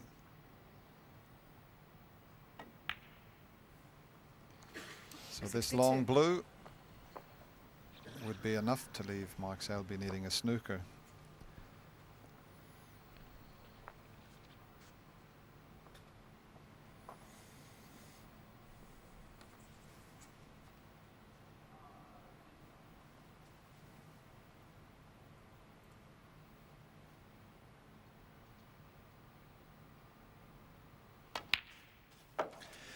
We've seen the perfect combination of styles from Maguire in this frame. Very tight safety. 67. It took him a long time to break Selby down, but eventually he forced him into a mistake. Stephen Maguire, 67. And with that break of 67, will win the frame, barring a snooker.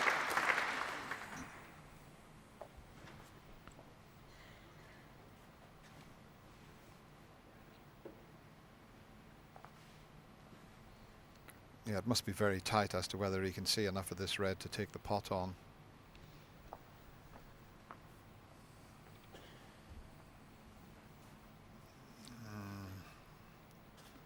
He's had a long, hard look from both ends of the table. The best position is where he is now, right directly behind it.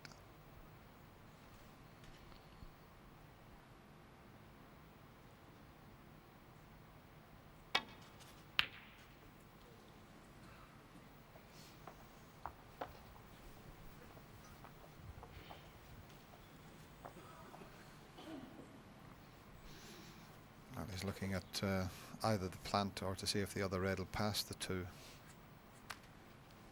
Neither available, as you can clearly see there.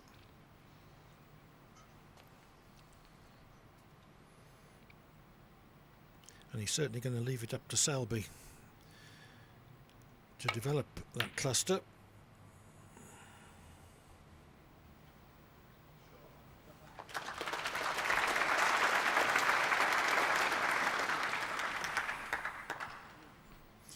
Maguire 91% pot success rate.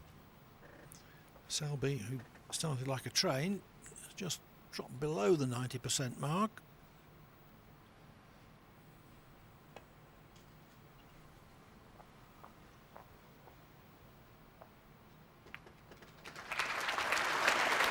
But Maguire can consolidate his position here simply by making sure of this initial red along the cushion.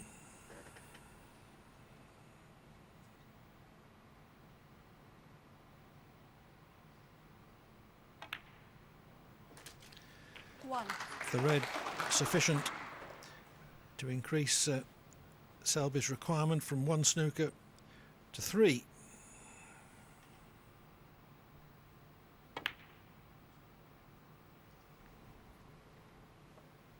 Stephen Maguire, 1.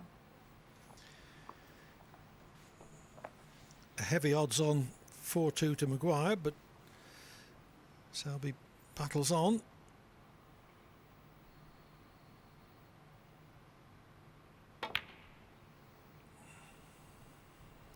Yes, he needs 3 snookers at the moment.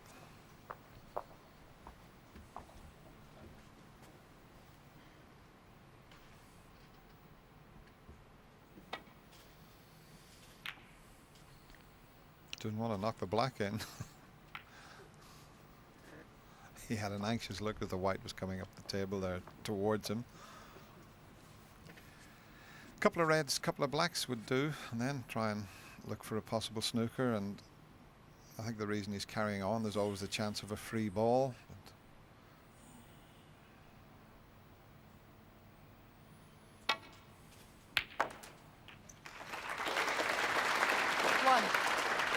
Needs to pull up. He's okay. So black, red, black, and he should leave the red that's near the black spot to try and get the snooker behind.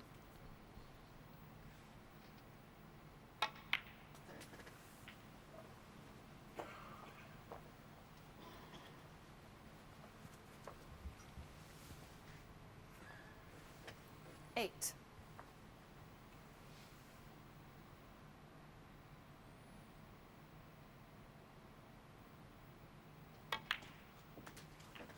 Nine.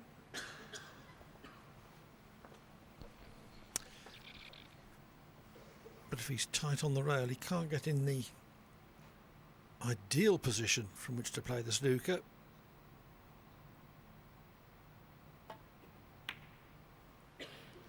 Oh, not too bad.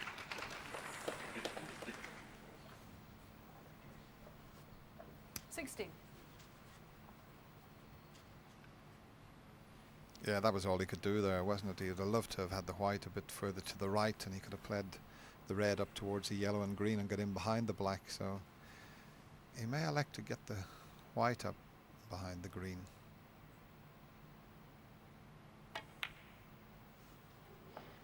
Mark Selby, 16. Just needed a little bit more pace and he would have been tight in behind that green.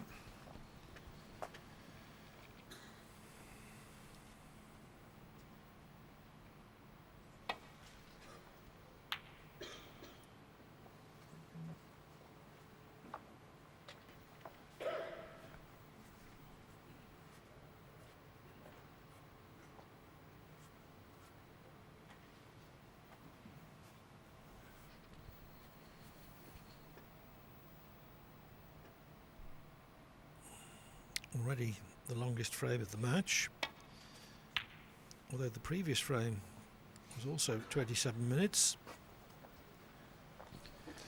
Yes, it might suddenly have just come to an end, this frame, Clive.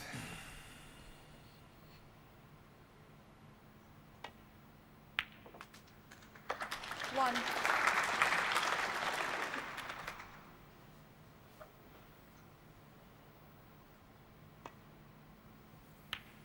Steve Maguire, 1, and the Top stuff from Maguire, not only in the safety play but his clinching 67 break. Maguire leads by 4 frames to 2.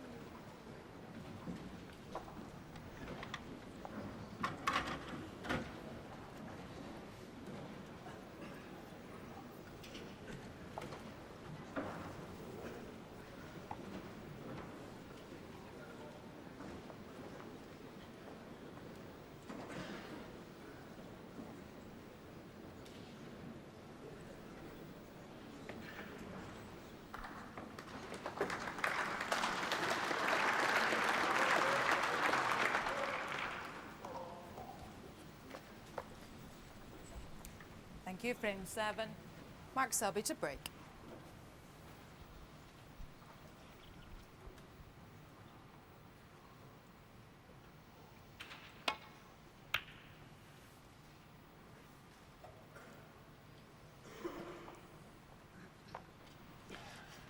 Long red on though from Selby's break-off shot.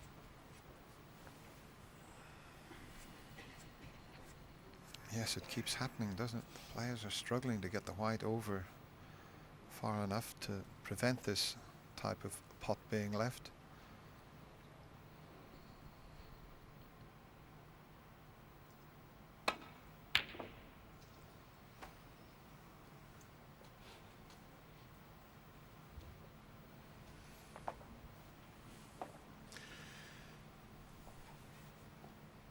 Well, however good the player, always the chance of missing from that distance.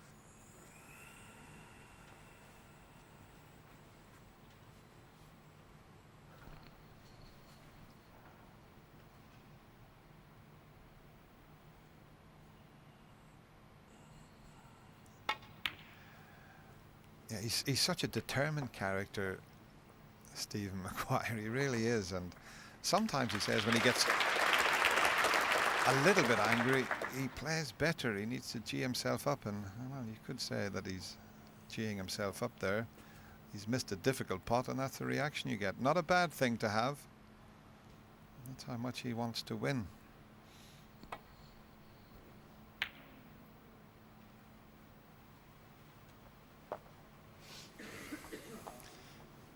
Well, this is nice for Selby. just for a change, there's a red on as he comes to the table. Yeah, it just pulled up a little bit short there, didn't it? So I think he can avoid the cannon onto the brown. So he wants to slip past the brown, and he'd like to slip past the green on the way back again. Well, he's hit it thinner, I think, than he intended. That's why he's collided with the yellow.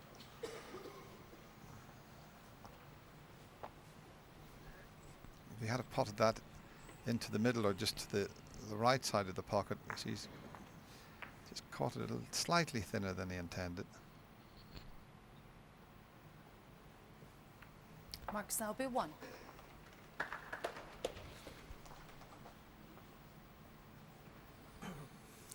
No great danger here, though.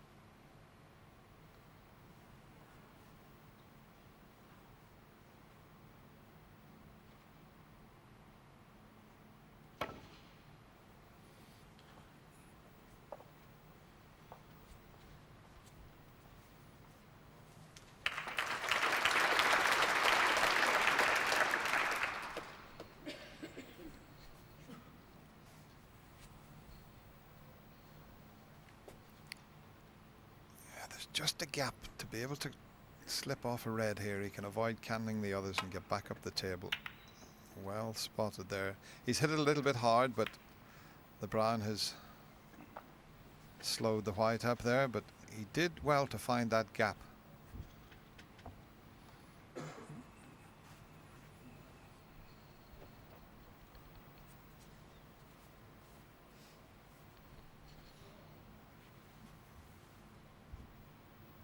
Brown will now be the target for the safety shot.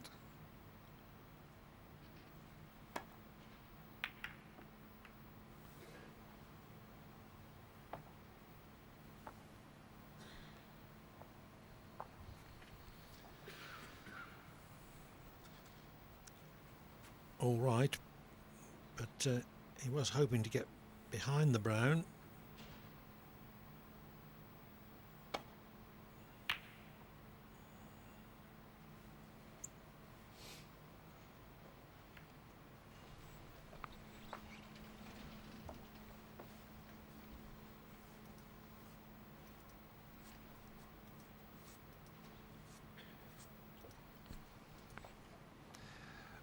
I think he can still have a go. He's looking to see where the red will go and what it'll disturb, but he's got that angle there to try and get him behind the brown. He can't swing it around 3 cushions, I don't think, but off a couple of cushions he could get there. I mean, if he can swing it, he'd rather use another cushion. That's the sort of shot to play. So there's a couple of options here. It just depends. Yes, he's played the swing shot, but he's... What's he like? Not a bad effort, not quite.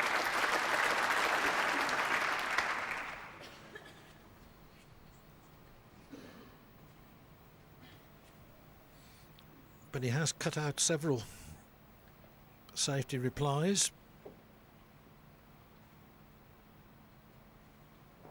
Plenty of trouble there, says Hawkeye.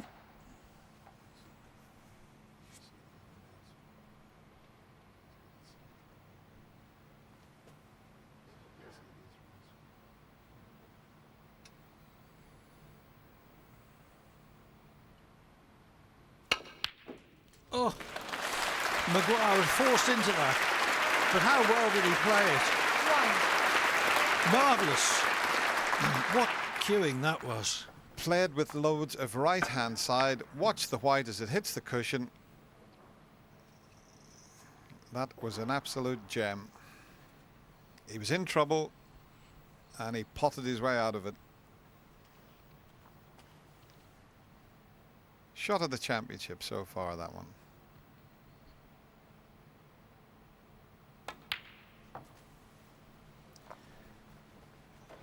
he was forced into it.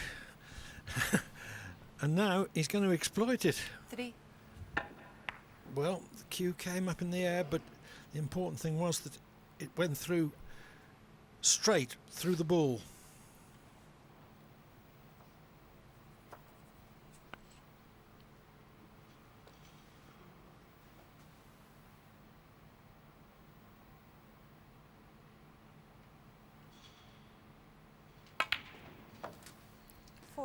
It's amazing the difference. We talked about Mark Selby when he is down on the shot, he moves around a little bit of head movement. Watch Stephen Maguire's head, doesn't move a fraction.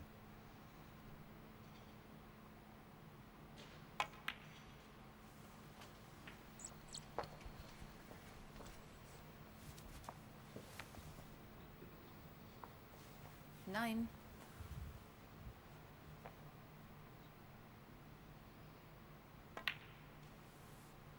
10.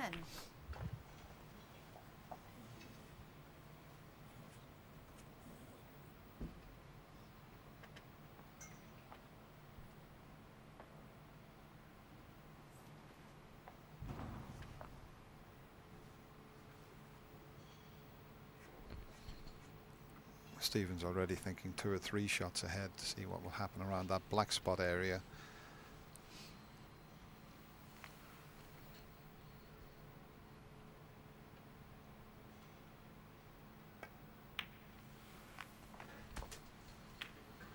And if he removes that red that's to the right of the black, it will help the situation. Okay, 60. It'll still be tied up into one corner, but the black is available in the left corner pocket.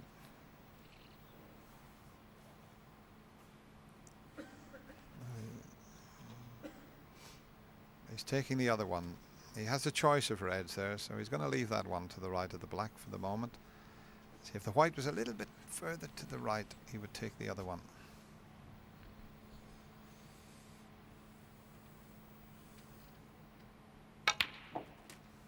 Seventeen.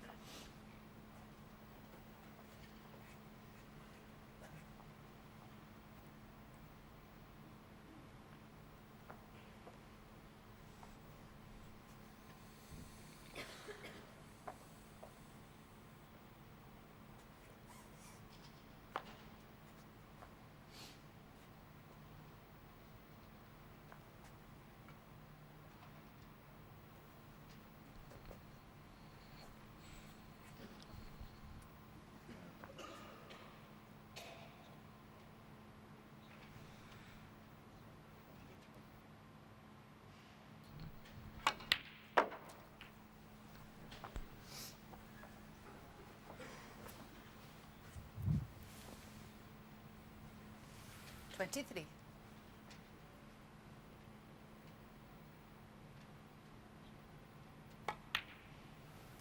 $24. Just seems to be taking control of this match, doesn't he, Stephen Maguire? That previous frame, well, it was the perfect frame, tactical, and then when he got a chance, made the break of 67. He's looking very strong at the moment out there, Clive. 30. He is. And he could well win this frame from 31. an initial red that he wouldn't have taken on if there had been any feasible alternative.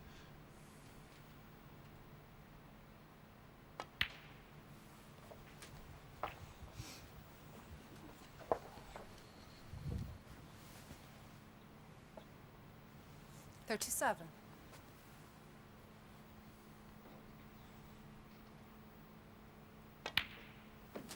$38.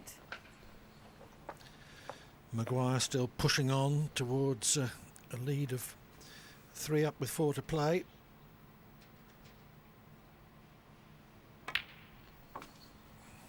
And a series of little stun and screw shots to help him on his way here. 44.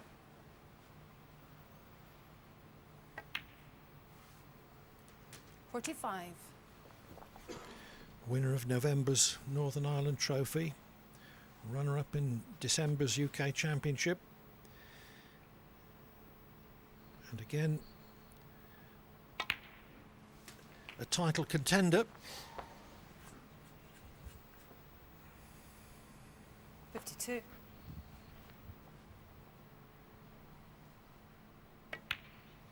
Yeah, that was the big turning 50. point for him, Clive, wasn't it? The Northern Ireland Trophy. He's now back playing the way he did a couple of seasons ago.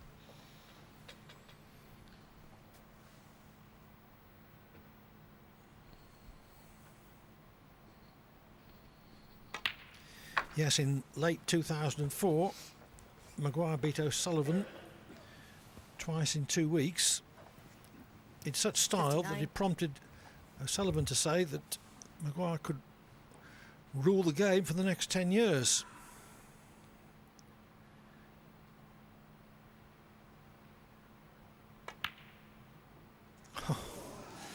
Well, Steve Maguire, 59.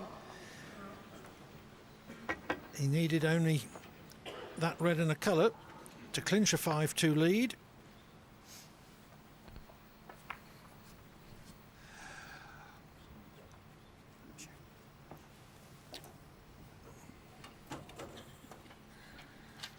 Well, in frame 2, Mark Selby had a 68 break and finished up losing it.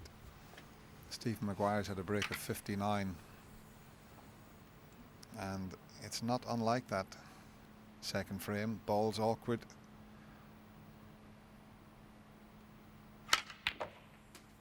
One. Could he return the compliment here? Got a good angle on the black to start things off. In fact, he might even be able to develop one of the difficult reds. If not, he can drop in between the two on the side cushion. But he looks to have an angle on the black. Well, the black doesn't go. So it's a difficult pink.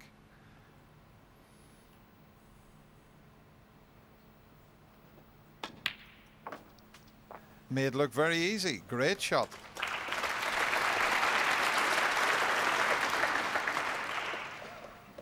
Seven.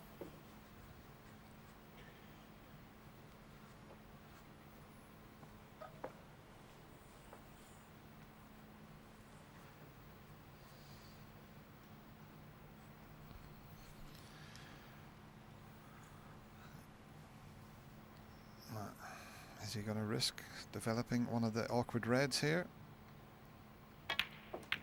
He is. 8.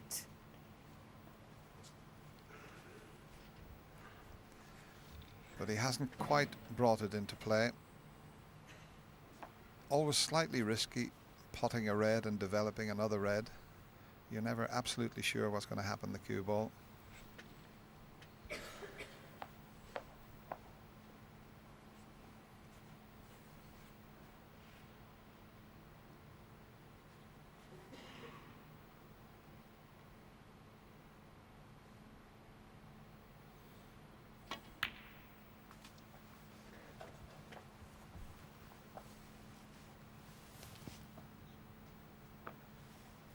Thirteen.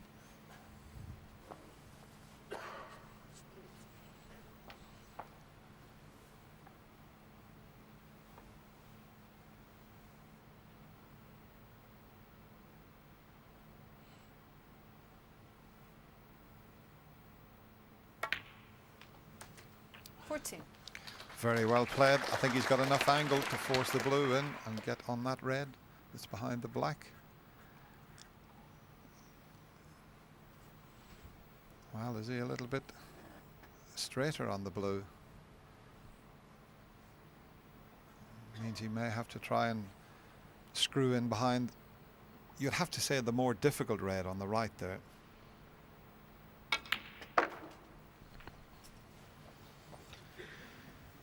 And he's got a bit of an angle. He can play for the black this time, because if he rolls this in, 19. and that helps the pocket to accept the ball because he's not forcing it, he'll finish nicely on the black. This is a good chance.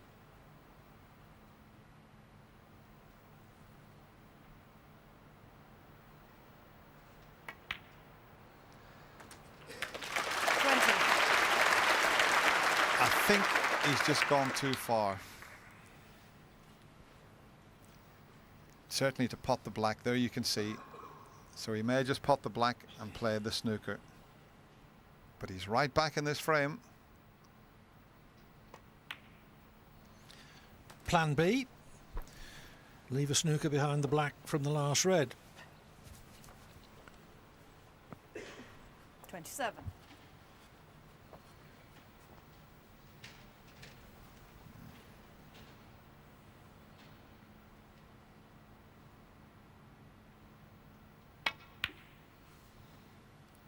Mark Selby, 27. That's okay. It's gone far enough.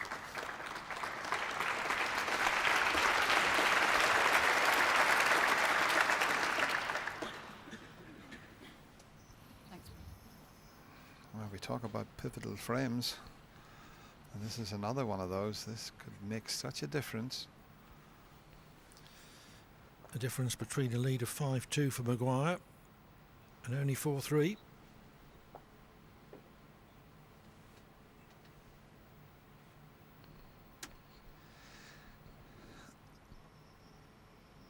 Well, he's looking at the two cushion escape.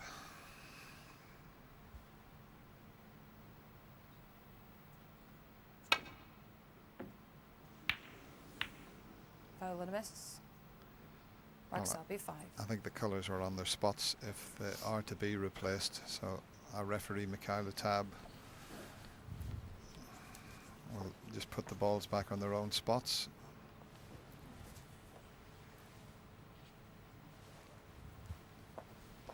The two cushion escape is slightly more difficult than the one cushion.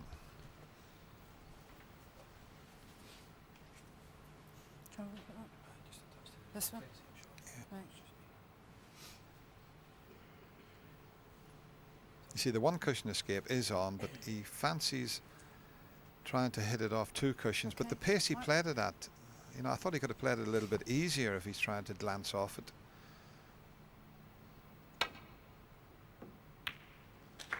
Now, where's the red going to finish up? Now he's stuck it up.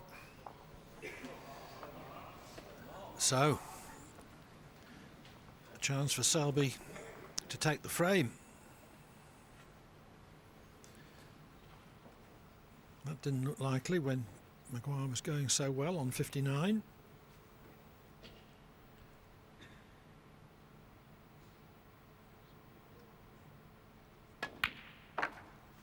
One.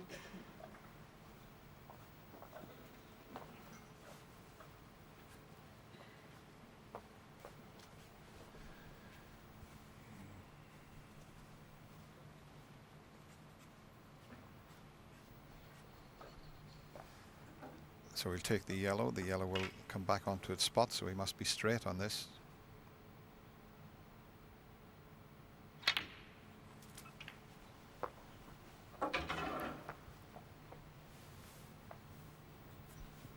Three. And it doesn't really matter how he gets on this green. He'll be able to get onto the brown. 5.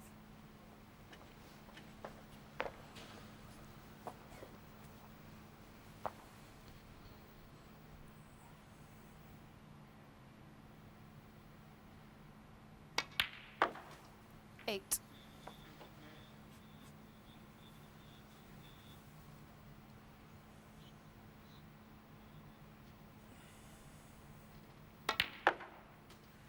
$12. Now wants to pull up that white, and he's just about perfect. Where we talked about Mark's temperament, this is terrific here.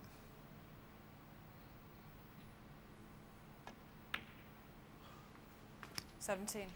Oh, he's left it short. Was that a little heavy contact? It's pulled the white up a little bit. He's going to have to stretch for this one.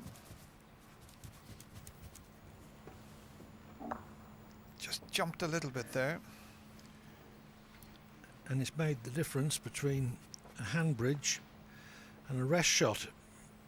Or can he reach it? No time for overstretching.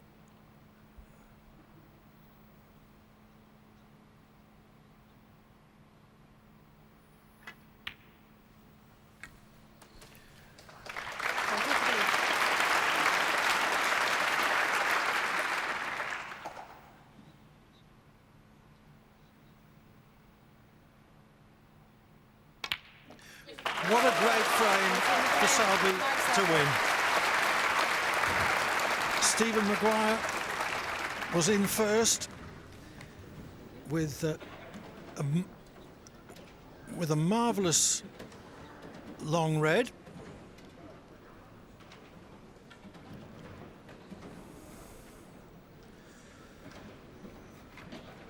Shot of the tournament. Nothing else on.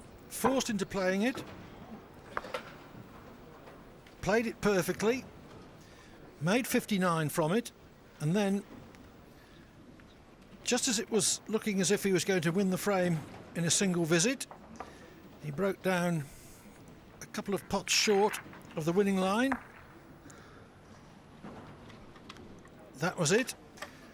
And Selby managed to recover to win the frame on the black.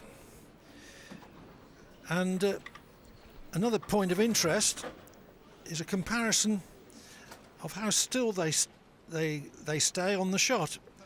Maguire on the right perfectly still. Selby, as he always has, wavering about, but he must be still when he hits it.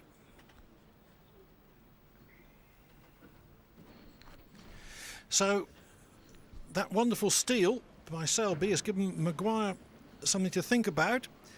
It looked as if he was going to be 5-2 up and within a frame of a place in the semi-finals, but now it's match on again with his lead reduced to 4-3. What he did though at the end as Mark left the arena, there was a little smile we seen on Stephen Maguire's face, and I think that was a little smile to say well done, because that was a terrific clearance there to pinch the match. We might even be able to show you that as Mark left the arena. Just watch this here. And that is an appreciation of that frame that he knew he should have won, but Mark did remarkably well to win it. But Stephen did it to him in the second frame.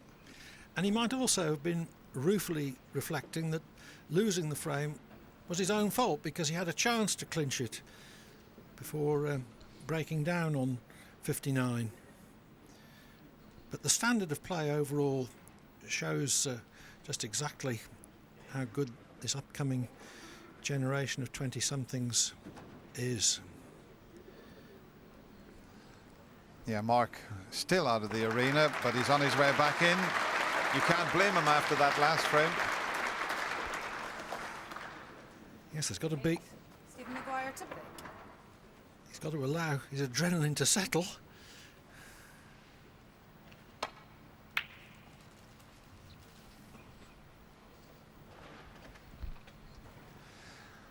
And once again, that pot is left on. The players just can't seem to get across the table. Just sliding a little bit off the cushions. It's okay leaving it, but if you don't knock it in, you can leave your opponent in.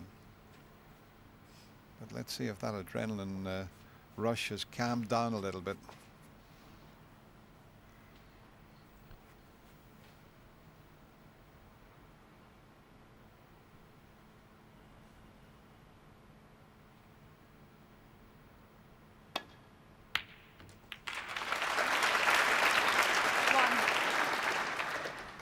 Good pot, but unhelpful kiss.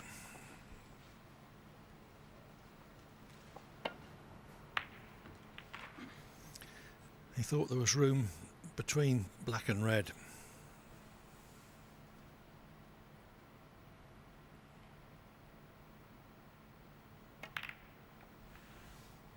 Mark Selby 1.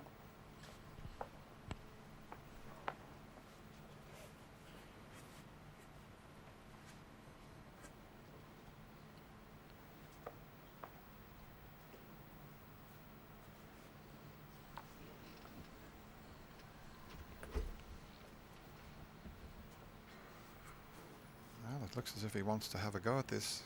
Red into the left middle pocket. He's worked out that he wouldn't leave a great deal, and he'd be on the blue if he knocks it in.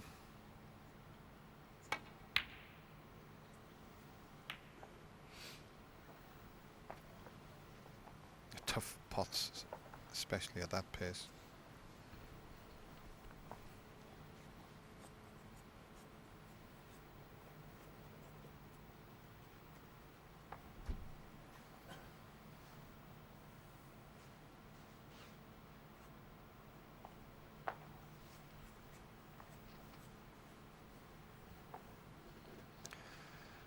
obviously fancies this red. It's the one we say where you're playing it back into a blind pocket. It's not in his eye line, the pocket.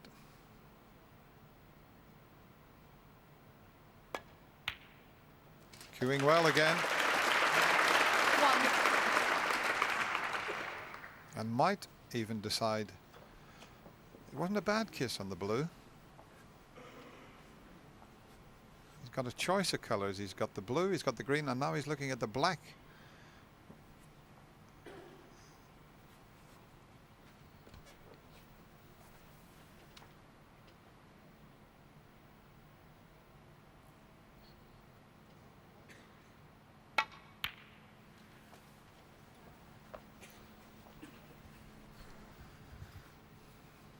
Hear us talking now sometimes about a blind pocket pot, and I'll show you what the player's looking at. Hawkeye will swing it around so you see the ball and you haven't got the pocket really in your eye line. You're looking at the red and the angle.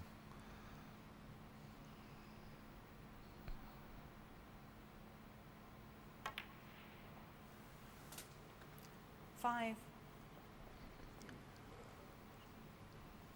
Just a wee bit too far. He can still pot it.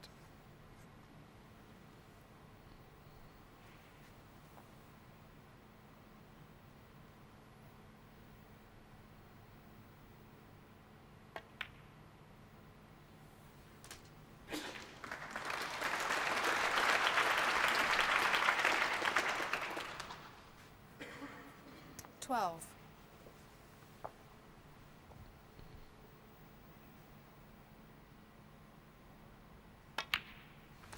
13.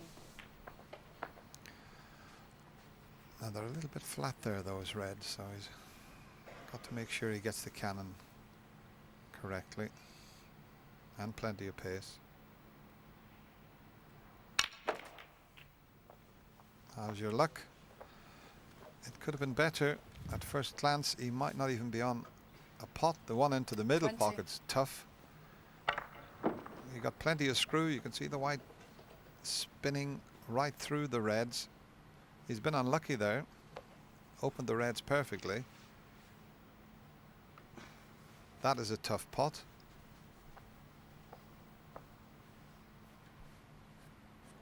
And that one into the middle pocket's a tough pot. At least he has a chance of getting on the black if he slots this one in.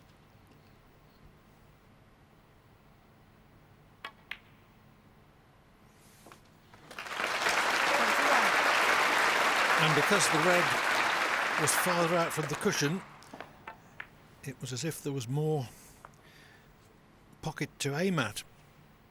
It would have looked very narrow on the other red.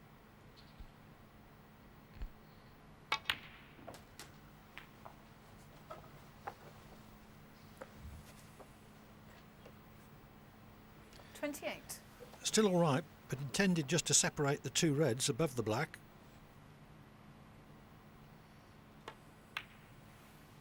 29.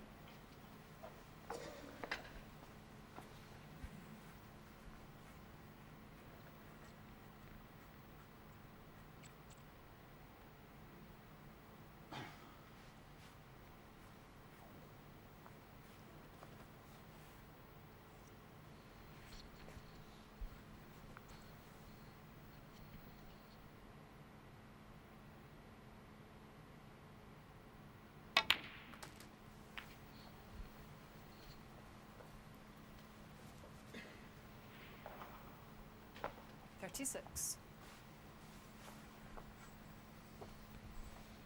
And I'm just looking at his body language. Has he covered everything into the right corner pocket? He might have. I think he thought he'd bound to finish on a red there when he potted the black, but look at that, they're all covering each other, so it's a tricky cutback with the rest. Because it's awkward queuing for red to right middle.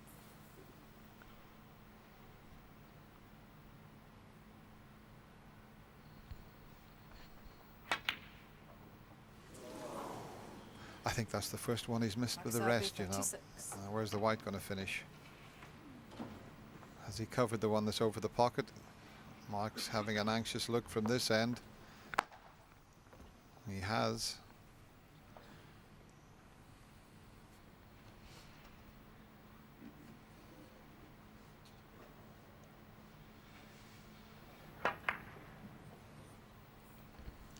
Not quite thin enough with the cut back,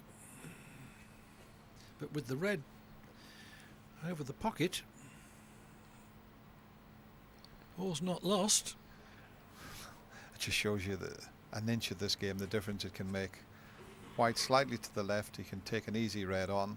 Now he's looking at a very difficult pot into the right corner. This is a pressure pot if ever I've seen one.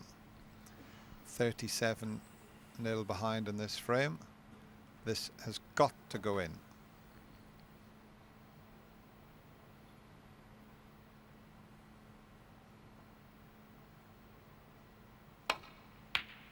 Oh.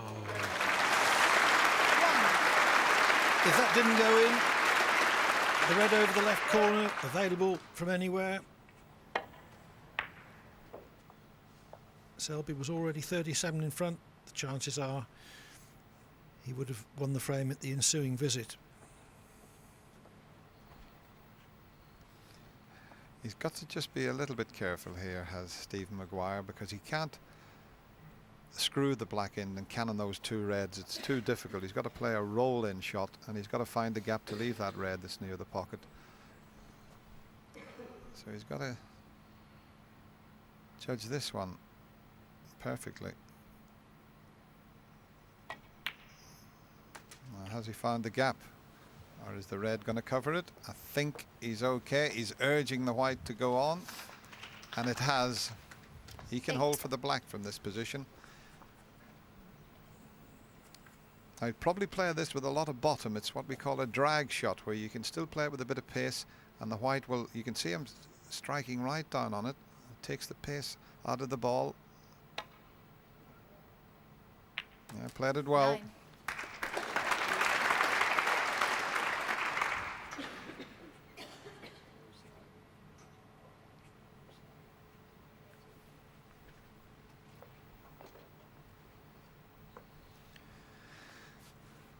When we talk about a drag shot to take the pace out of the ball, this is what he's done here, and we'll show you where he's striking. To play that shot, you strike down near the bottom of the ball, follow through, and it takes the pace out of it, and you're able to hold the white without it going further up the table.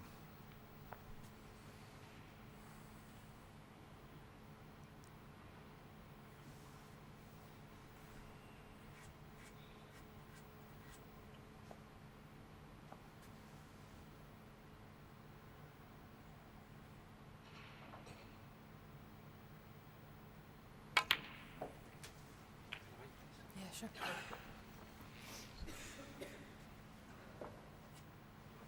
Sixteen.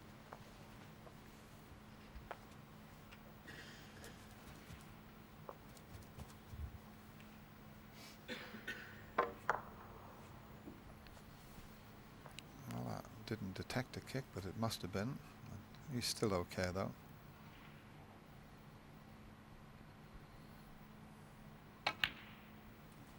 Seventeen.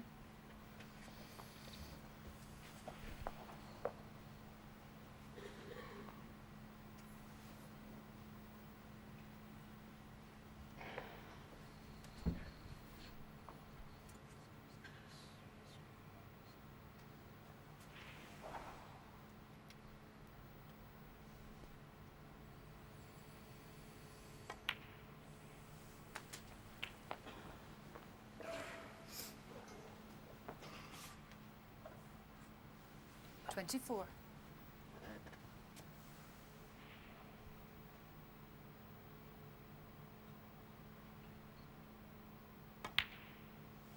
$25. It's been a very entertaining quarter-final, this. It really has. I've enjoyed every minute of it.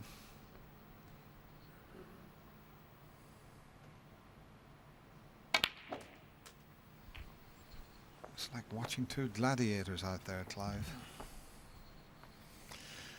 32. Well, two young guns, certainly. Both over 90%. pot success rate. Maguire attempting at this visit to go 2 up with 3 to play, but still some way to go.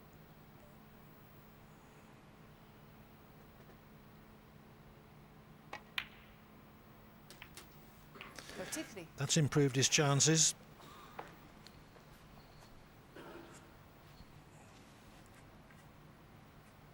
Yes, it's all about the 2 reds behind the pink spot. I think they might just be covering each other for corner and middle pockets.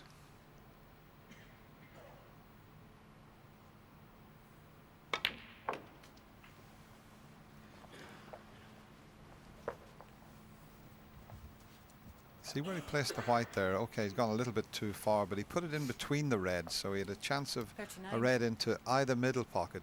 That's playing your options.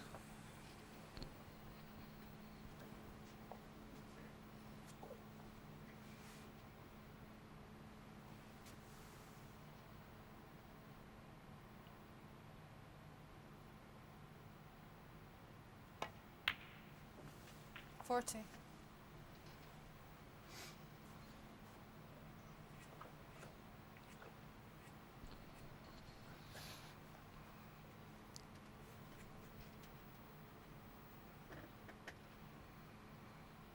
Can quite easily get on the single red, but I'm just wondering with those 2 reds I mentioned, one of them might be available into the left middle pocket, but we'll find out in a couple of shots time.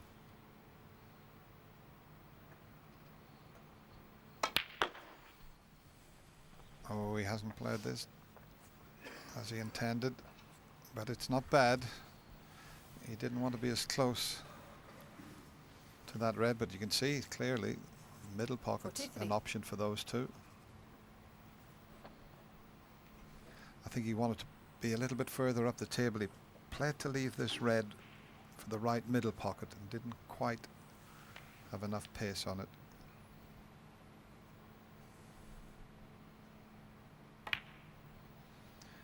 And that'll do. 44. I think he can get on those reds now. Mind, having said that, the blue's off its spot. Maybe he hasn't got the angle. He might be straight. And there's no way to the 2 reds. There isn't. Not from the blue, that's for sure.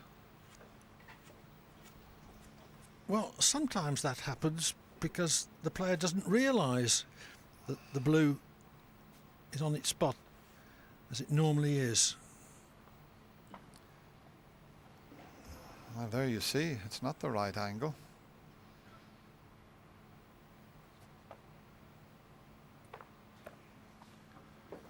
Yellow book. Yeah, in fact, even that shot that was briefly up there, he couldn't get off the brown up for those 2 reds, so it's just the snooker. Thank you. Stephen Maguire, 44. Not a winning reply then to Selby's 37, but a useful one, 44.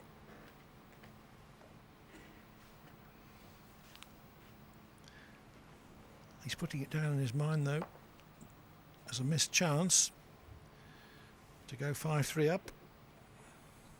First to 6 wins.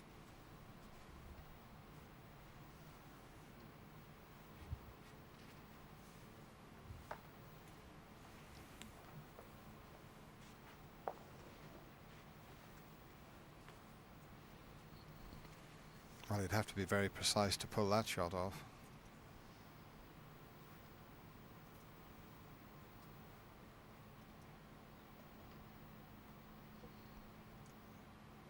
If he's to come off the top cushion, he'd have to catch the red half ball, quarter ball to try and get back up the table. Oh, it's risky.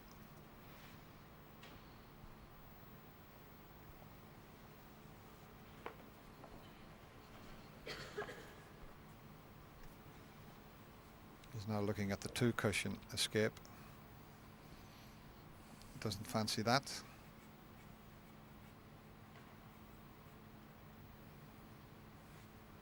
Right, so this has got to be absolutely spot on, otherwise he'll stick the reds up.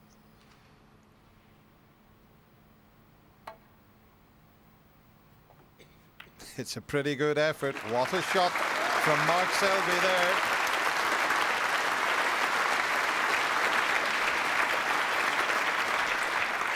Great defence. I think Steve Davis was talking in the studios in between frames about how good the modern day players are at 2 cushion escapes, and that was an indication of 1 cushion escape, but he played it perfectly.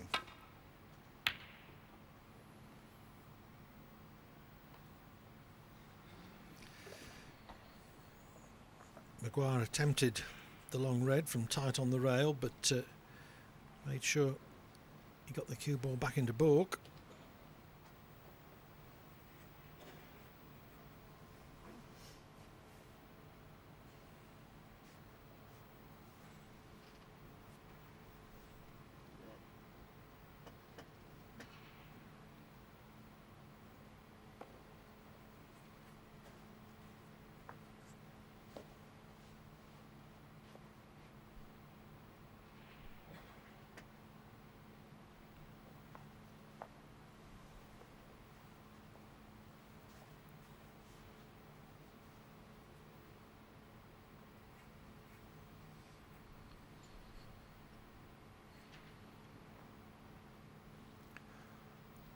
Very important part of the match now. That's why he's giving this plenty of thought.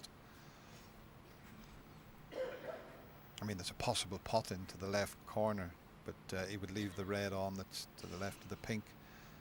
So he's trying to work out where to leave the cue ball and make sure he gets... Well, if he's going to try that shot, he may take the pot on. He'd love to have a go at it, but it's very risky. If he knocks it in and he screws across, he could leave the brown on, but it's such a risky one. But let's see, he's playing well enough, but I think he really wants to play the safety shot. The pot would be a lot more inviting if it was straighter.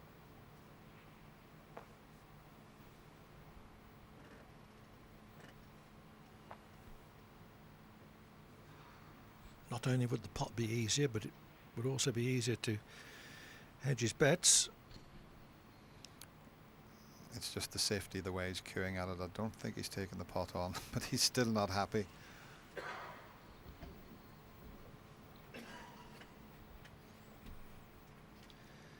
Selby's had quite a few 2-minute posers this afternoon.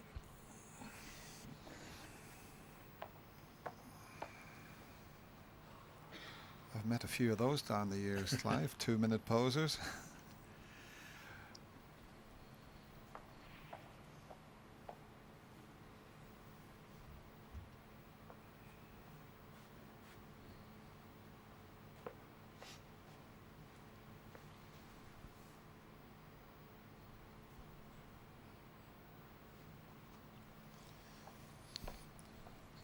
Have you met many 3-minute posers down? Talking about 3-minute posers, I know someone who's finished a frame in just over 3 minutes. The Maltese Falcon Tony Drago, he won a frame in just over 3 minutes.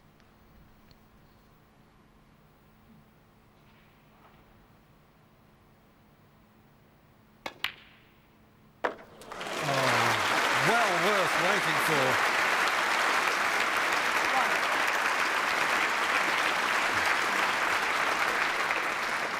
Well, what a gem. He thought long and hard. I thought it was a possibility, the pot, but he put it right in the heart of the pocket, and he's finished on the black. Absolutely amazing, that.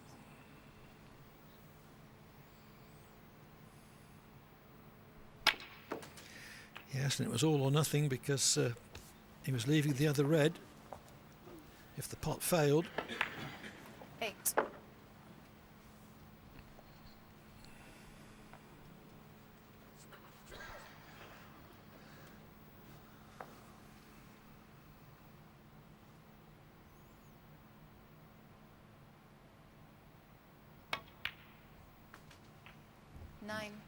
Might even elect to take the yellow here, depending on what angle he has, because it was the awkward one tucked in behind the brown.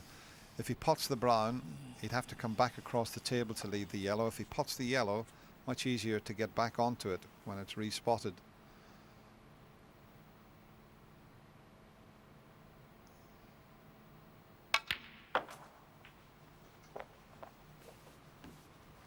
What a match this is turning out to be. Can he hold himself together and 11. level at 4-all? Stephen Maguire was one pot away from leading 5-2. Mark Selby had a terrific clearance, and now Stephen will be thinking, I'm going to be all square.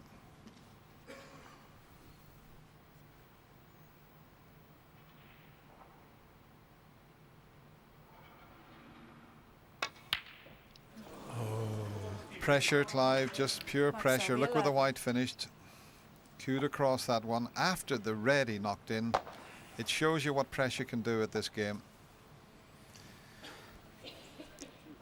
Yeah, it sometimes happens after you've done what you think is the hard bit. Something straightforward goes wrong.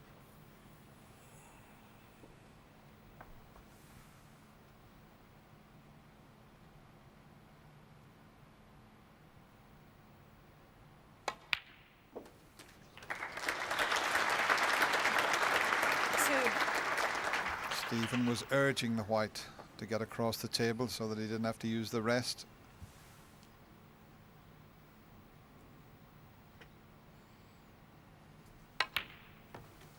Five. The emotions of playing this game of snooker, it's amazing.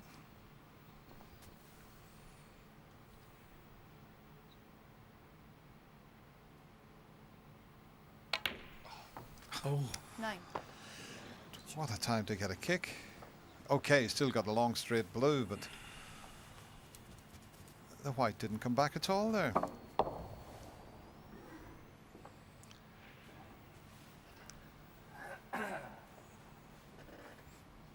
well, still favourite, but not quite the overwhelming favourite he would have been had he been on this blue to middle.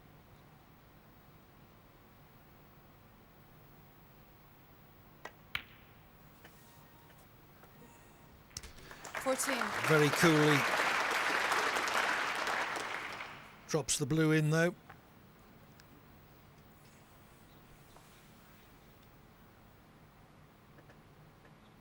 And only the pink needed.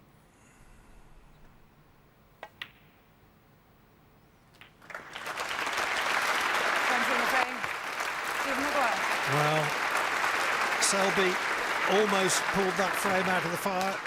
He played a great shot, missed an easier one, but Maguire then cleared up to lead by 5 frames to 3, and you can see what it meant to him.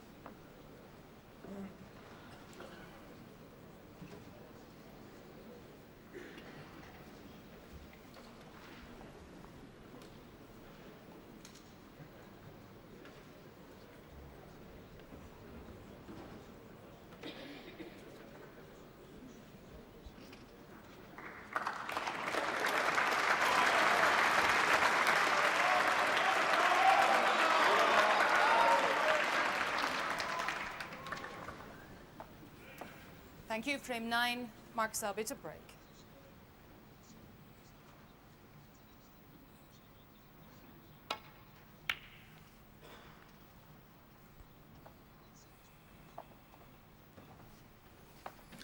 In the previous round, Selby came from 2 down with 3 to play to beat Stephen Hendry.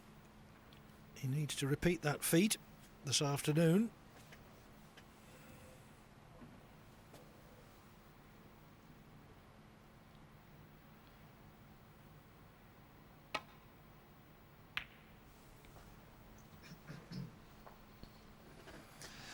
best.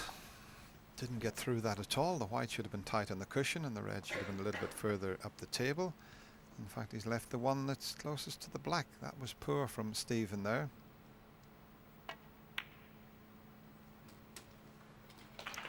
One. And we talk about adrenaline after you win a frame like that. Maybe that came into play there with that first attempted safety shot.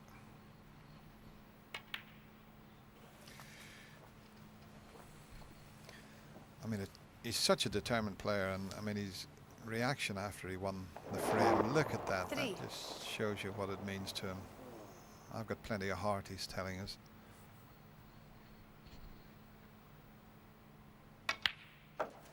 Four.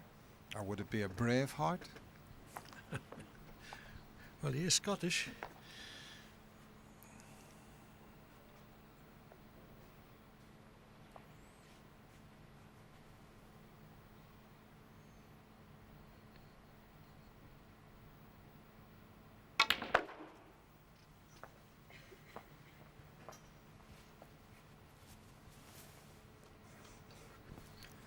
Nine.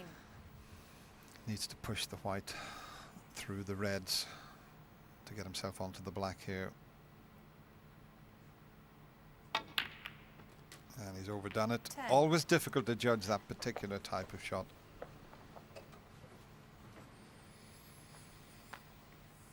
And I think it's a bit awkward. He can't just hit the brown, so he's going to have to play the black. Just a safety shot, but Mark that was Selby, always 10. available to him there.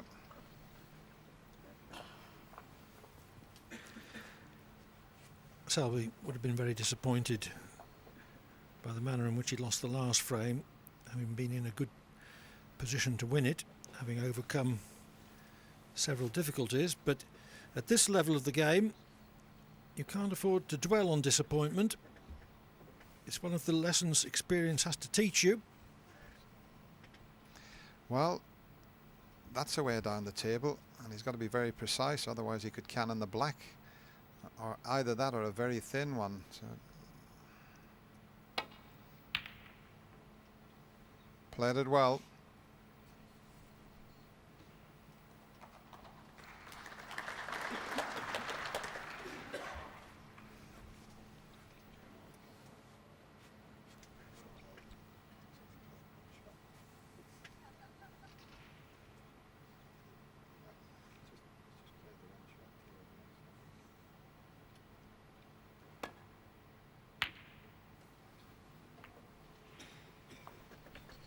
He took the pot on there. He just hit it much fuller than he intended, because if he pots the red, he'll finish on the black there. But it was worth a risk because he wasn't going to leave anything.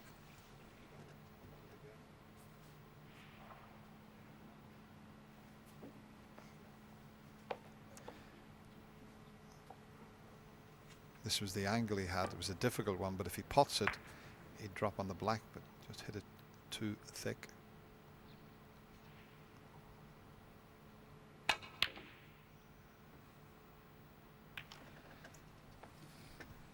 Trying a cheeky double there, but it was worth the risk.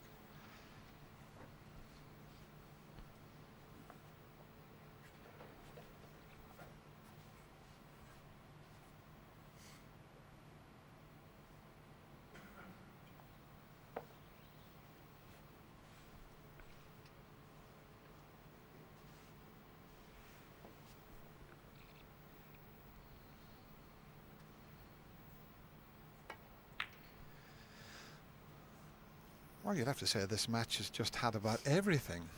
We've had a century break. We've had players leading by 60 odd points, the other player clearing up to pinch it on both sides. We've had some brilliant tactical play. It's been great stuff, Clive. All in all, to demonstrate that these two players are going to be in contention for major titles for the next 7 or 8 years at least.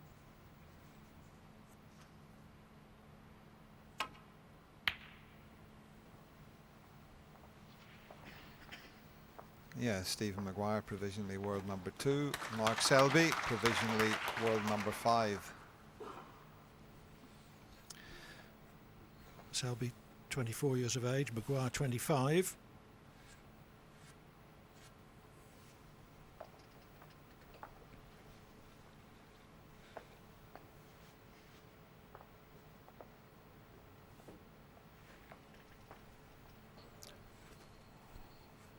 That's what Mark's looking at there, and he may attempt to pot this again. He's got a bit of safety in mind also. Doesn't want the double kiss, the old dreaded double kiss. Had he have potted that red, once again he could have come off the cushion and finished on the black. Sorry. But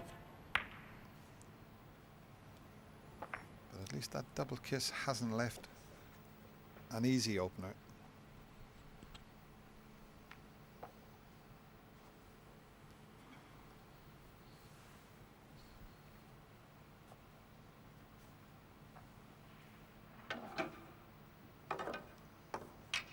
But he would be on the pink, because if he's almost straight on this, he'll leave the white where the red is, and the pink's available into the left corner. Just off straight, but still applies.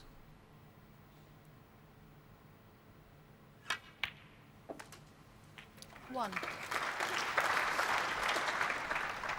So that double kiss could cost Mark a few points.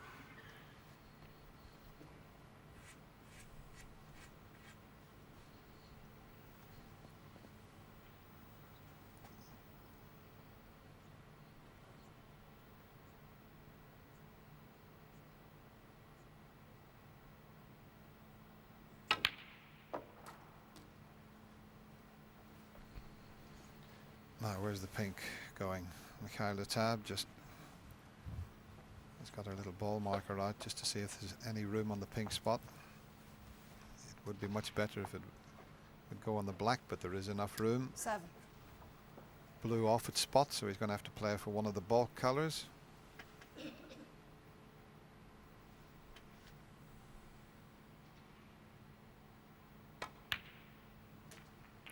8.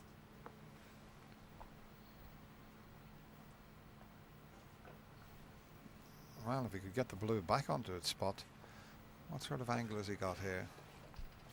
No, he's okay, yeah. He can get it back on the spot. That'll help with the pink and black as they are.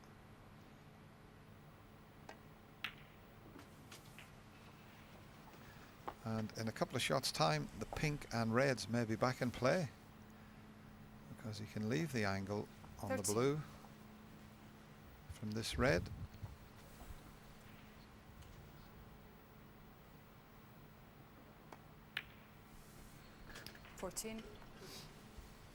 Key shot coming up.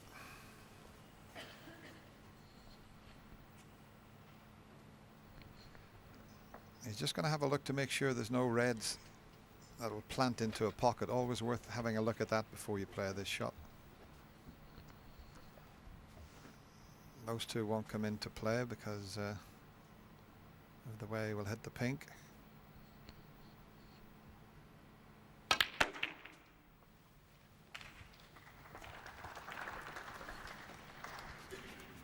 Well, to hit the bunch as well as 19. that, and at first glance finish on nothing, is very unlucky. There is a red which goes past the black, but it's a tough one, particularly with the cue ball on the side cushion.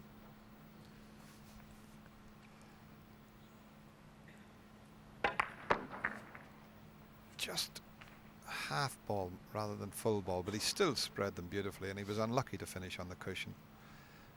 Good safety shot here, that one you mentioned. He looked at Clive, the one near the black spot, but it's far too risky.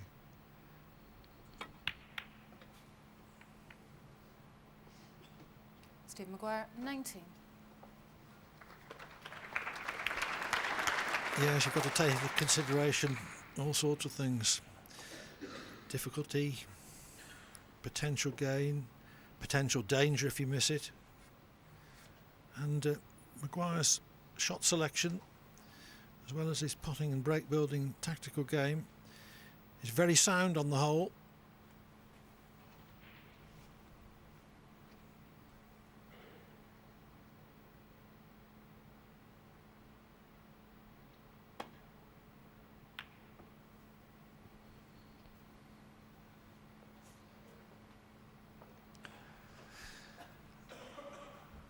Well, the red's gone over the pocket, but he's got a good, well, I was going to say he's got a good cue ball. Have a look at this. Can't pot it direct, but he may be able to do it off the cushion. And just at first glance, he's looking at the cushion first now. He could finish up on the blue here if he knocks this in.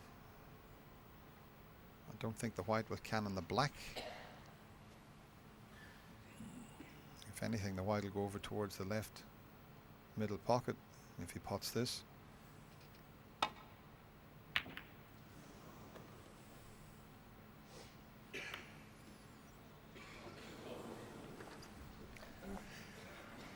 Well, not a bad second prize.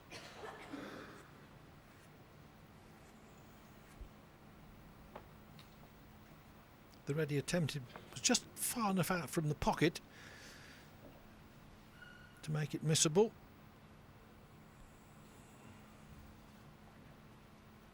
As we shall see, just overcut it.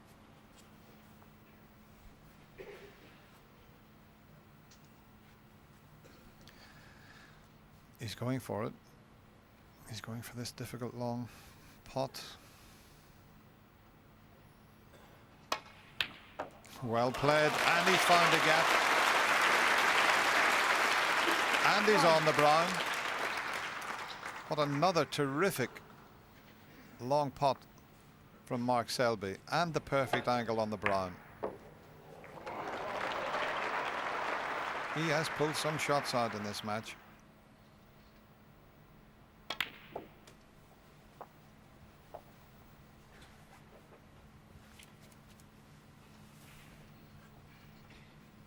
Five.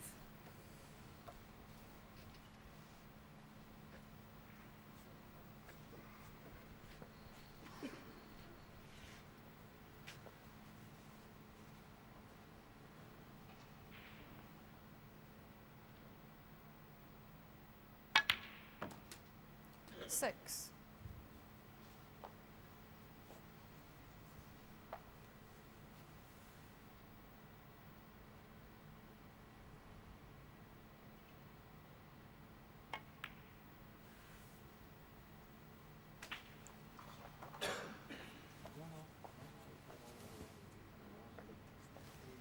Eleven.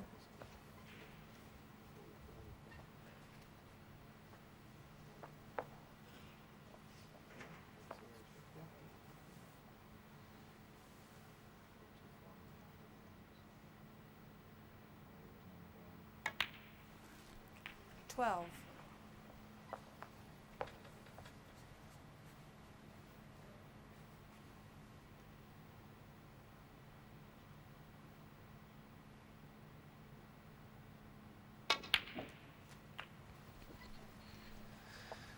The more I see Mark Selby play, the more impressed I get with him.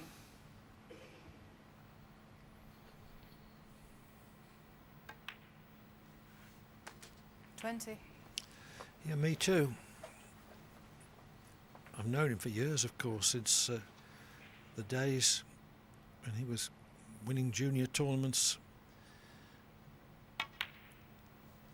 at the Willie Thorne Snooker Centre in Leicester. Those tournaments organised by 27. Malcolm Thorne, Willie's elder brother, the great promoter of the junior game.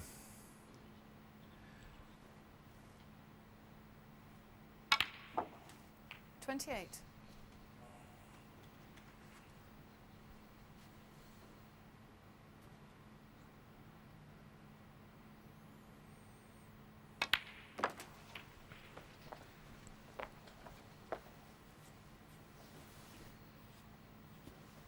35. He's just over 6 feet tall, but not tall enough to reach that. The opening pot, you know, he looked at this for quite a while and he found a gap here, which was, he looked at it, it wasn't a fluke this. He played for the gap and he couldn't have played it better. I mean, that was some shot. Not only the pot, but to get the white between those reds.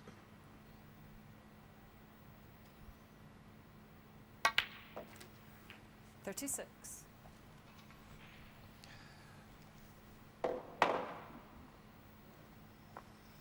Well, he's got a good angle to pot the blue. He can come off the top cushion and back in between the two reds. Well, he's looking at the brown now. Looked a better angle from the blue, but he'll be heading round to the same position. And that looks pretty good to me. Absolutely spot on again. 40.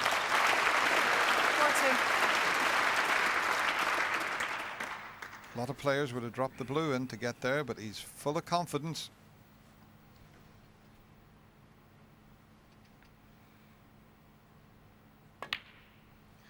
So he just needs the pink and one more red. He'll play to screw in behind this. He's got an angle to move it, but I don't think he'll risk that.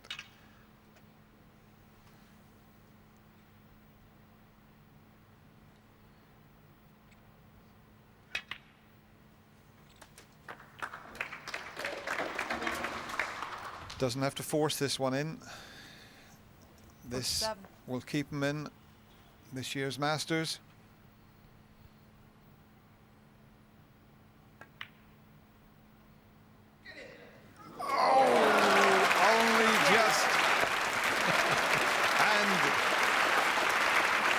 The jester from Leicester drops to his knees.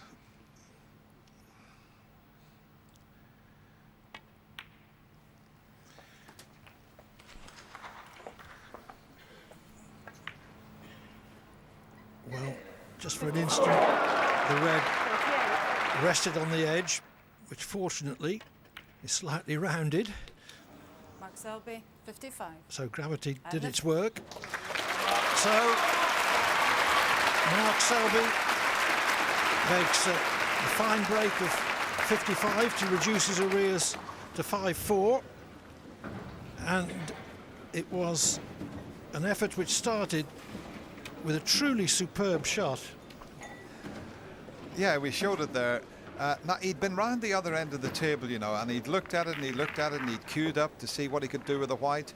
And it was a very difficult pot, but he had worked out that he could get between those two reds.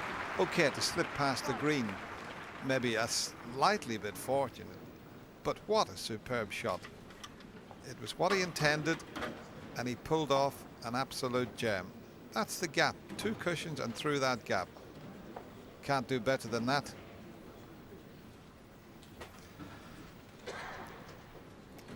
Thank you. Frame 10, Stephen Maguire, Tipperary.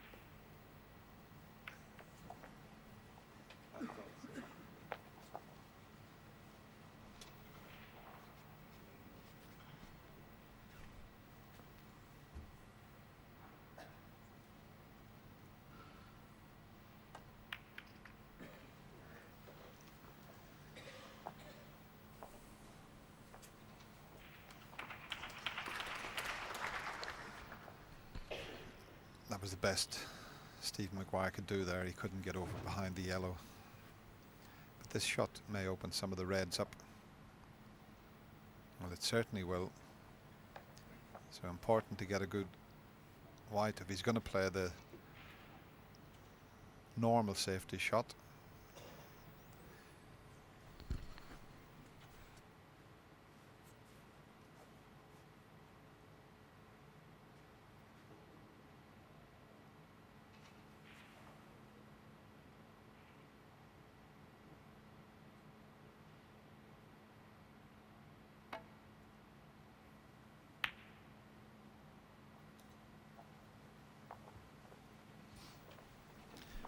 preferred the containing safety rather than the return to baulk off the bunch, because if you open the bunch on such a fast cloth as this, it's all too easy to leave a red on from distance as the balls separate.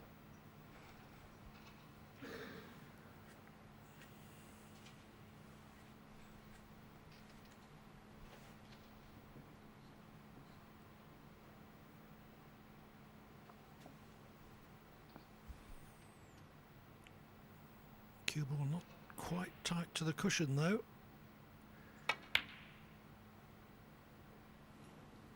Which encouraged Maguire to attempt that red to the far corner.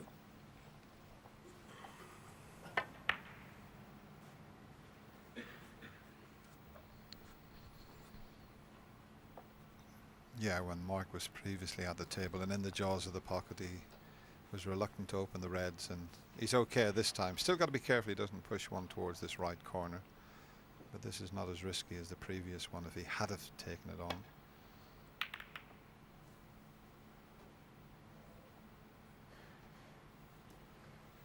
Pushed a couple of reds towards the corner, but they're covering each other there.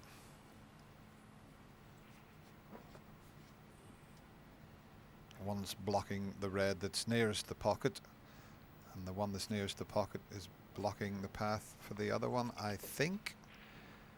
As we come around there, yeah, there's only half a pocket there, so won't be taking that on.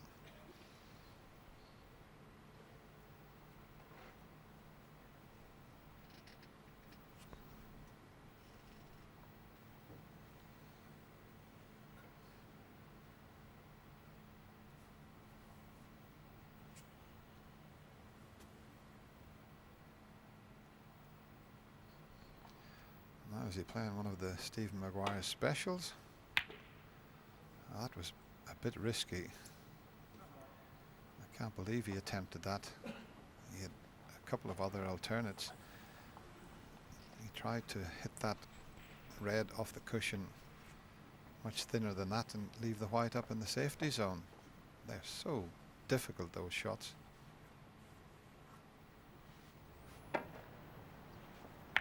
In fact, believe it or not, he tried to pot that, Clive, and it was far too risky.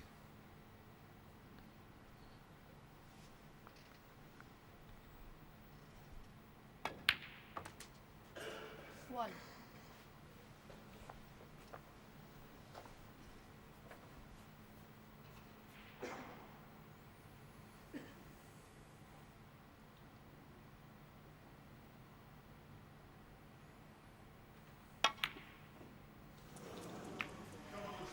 Mark Selby, one. Well, just pulled it onto the far jaw. It's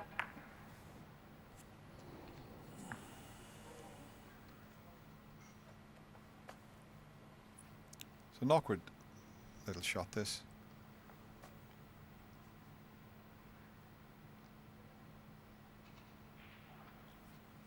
It's the bridge hand that's the problem.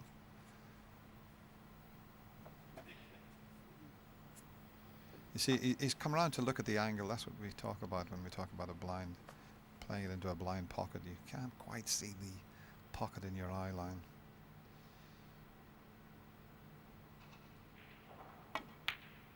Yeah, they're tough. They're awkward little shots. Oops. The table's got a fair old rap there, I can tell you.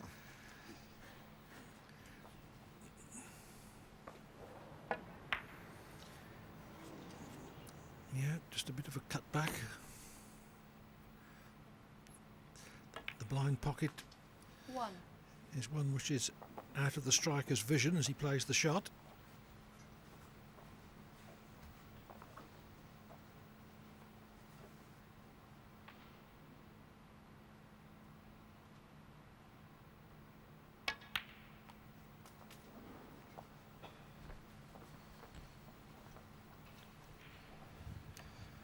And he's already looking at the black, possibly. You know, Five. you'd think he'd pot the red, blue, and then go into the pink, but he looked at the possibility of taking the black after this red. Yep, 6. He couldn't hold for the blue, but this could work out to his advantage. If he gets this right, the cannon into the reds would be terrific. That's what he's looking at. And he's played it perfectly.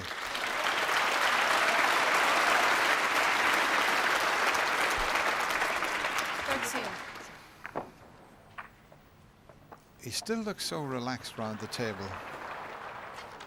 Well, I think he's a player who really enjoys the competition. He likes to win, of course, but he's philosophical in defeat, I happen to know, knowing that he always gives of his best. 14. And after all, the worst that can happen to him, if he does lose today, is that he walks away with £16,000, increasable to at least 34,000 if he wins.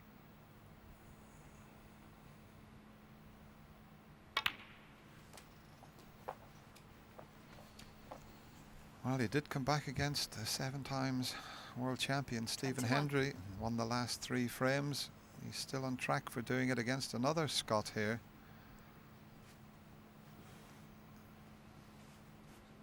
But quite a few balls to be potted before we get to a decider.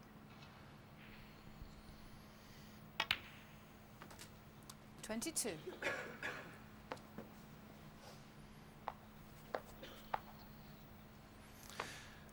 Yeah, it was a tricky little cutback, and that's the reaction from Stephen Maguire there. He knew the importance of that red that he missed. Got to be. I was just going to say it, Clive, if the pink comes back on its spot, is he okay? Yeah, he's still got one in the corner. 28.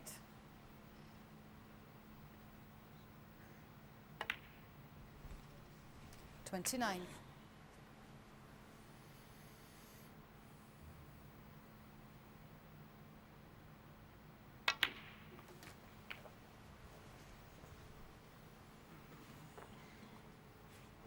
$36.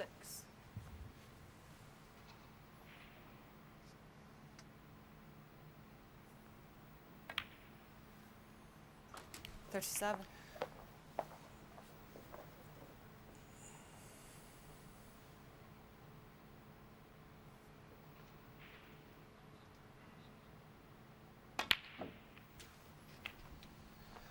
He's been a professional now, coming up for 8 seasons, Mark Selby.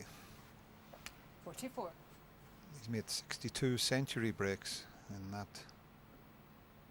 time. 29 of them he made 45. last season, Clive. So that shows you the improvement.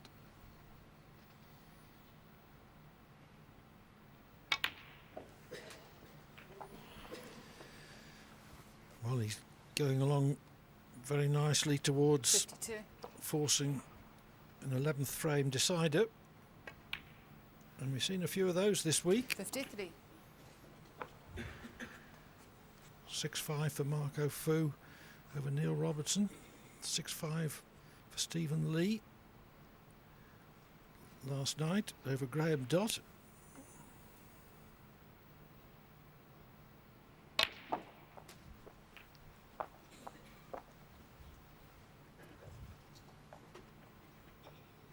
$60.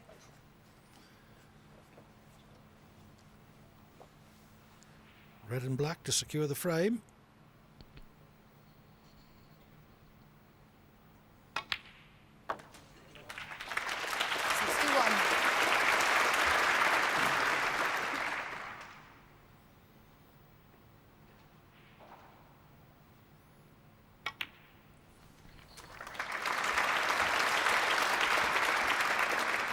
Absolutely superb. 68.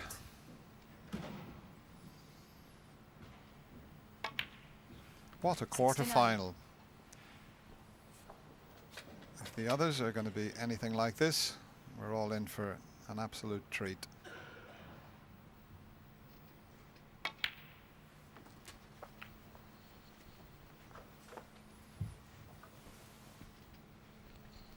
$75.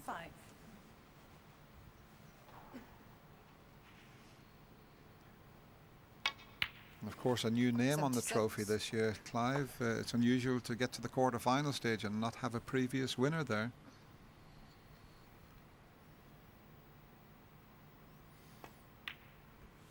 Well, it shows how the balance of power in the game is changing. There's the trophy that the champion will hold aloft on Sunday evening.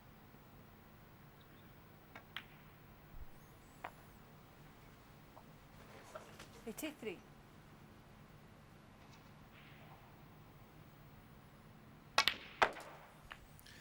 Certainly the generation in which the top players were 89. Ronnie O'Sullivan, Mark Williams and John Higgins, 90. all of them 31, 32 years of age, are under threat from a group of players in their mid-20s.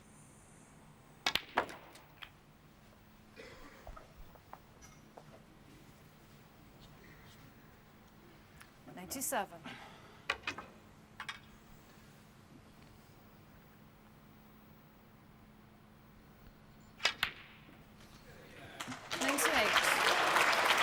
And he's going to keep himself in this year's Masters with a century break. Absolutely fantastic.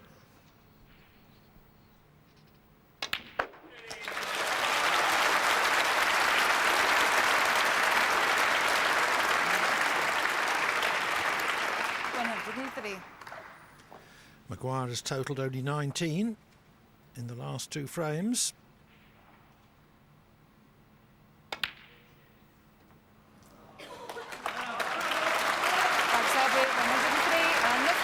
And with that break of 103, Mark Selby levels the match at 5-all.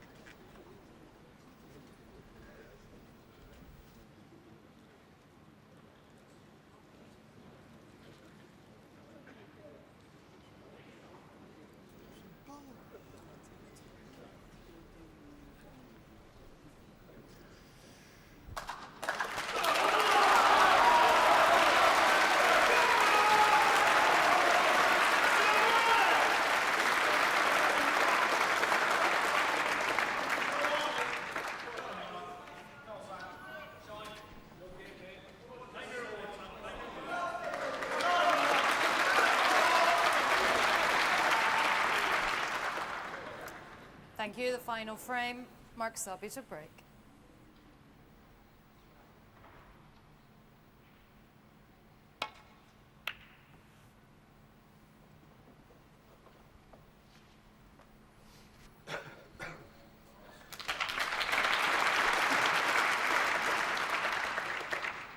Mark Selby seems to be able to get the white over behind the yellow off the break-off shot, but a lot of players have struggled with that.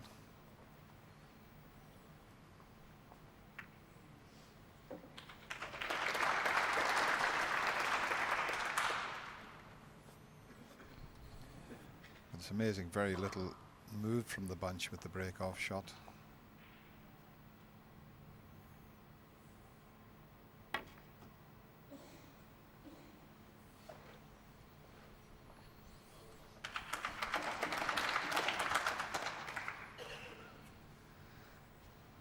So who's going to get the first opportunity in the deciding frame? As Steve and John in the studio said, you just want to get a sniff at one.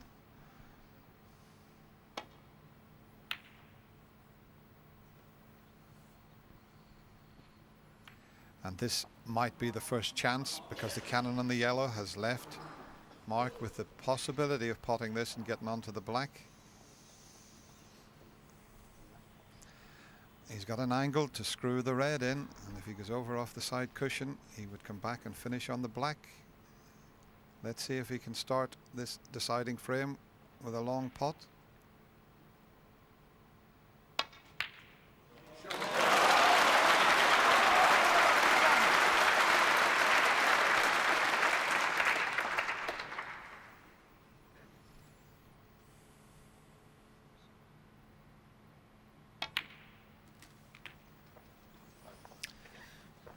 We've seen some great long pots from Selby this afternoon.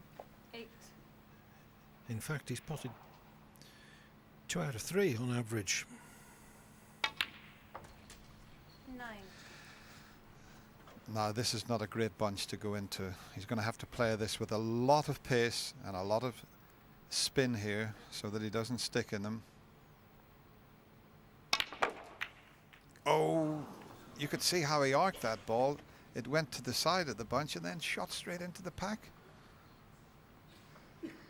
Just watch 60. the white here. Watch the reaction. Watch it now.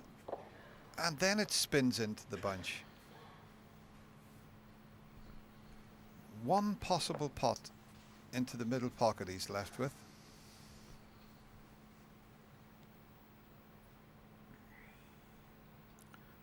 Awkward bridging.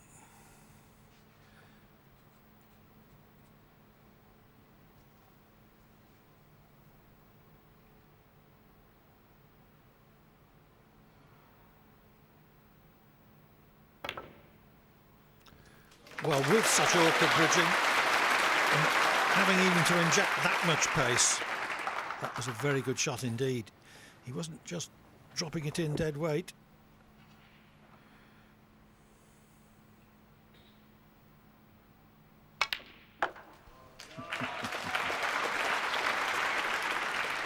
Very impressive. And if he can get on the blue 22. this time, it's a big target to cannon into the reds.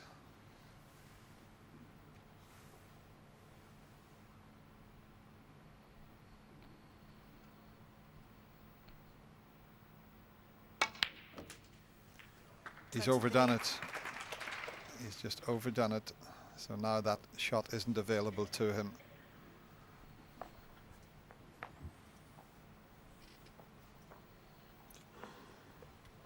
Where he wanted to finish was somewhere around the other white I've put up there, and then it would have been blue and into the reds. Might be one available off the pink.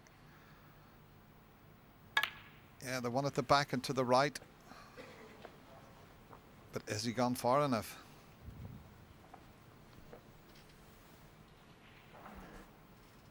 $29. Just.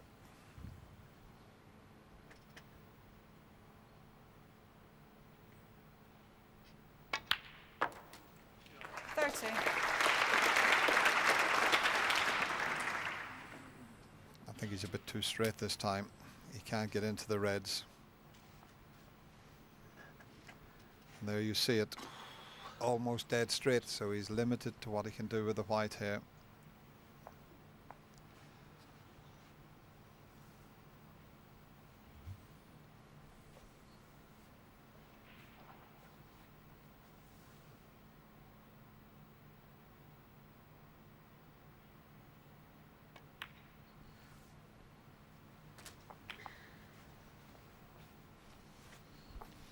He's looking at the possibility here of 37. trying to get up behind the yellow.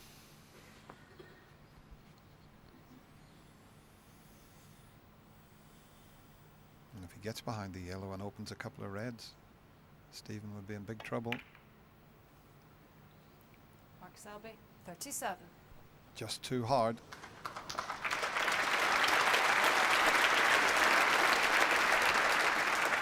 And is there a gap through to a possible pot?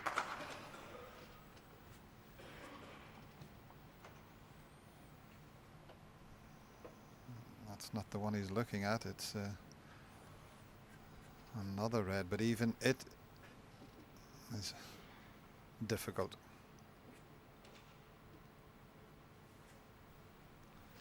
That's got to be a safety shot. Can't get through to that one with the blue there, so a good cue ball required here with this safety shot.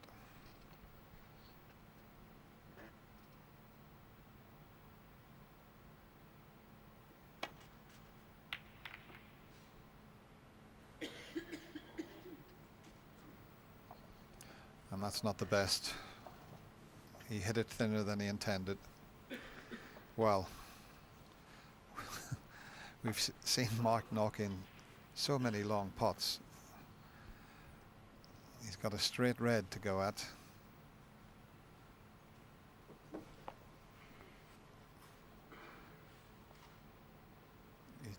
What he's looking at there is he's looking at, if I take this red on and knock it in, I can get on a colour, and he's just checking to see what he possibly might leave.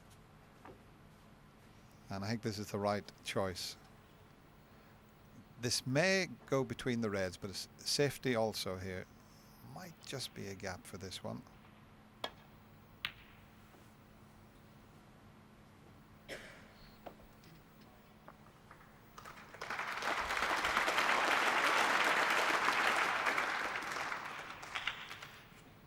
He was right to turn down the long red. It was difficult and risky. Yeah, I like his shot selection. I think he plays the correct shot all the time. Mark Selby very rarely makes the wrong choice.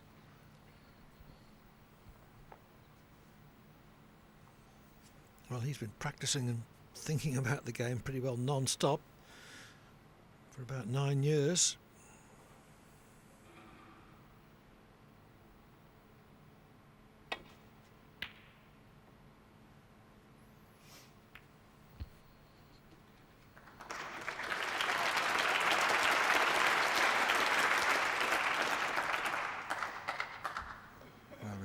As I say, about getting one chance in a deciding frame. Stephen Maguire is yet to get a look at a pot.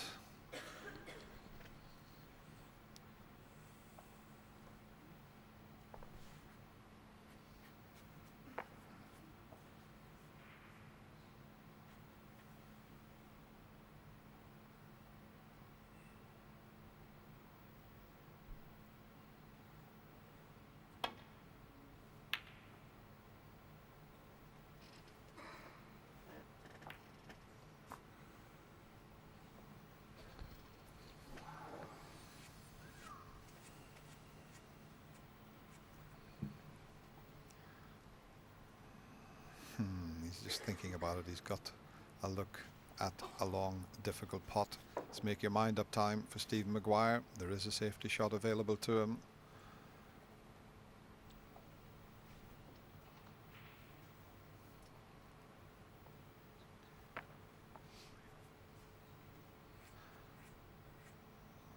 Still can't quite decide whether to risk it.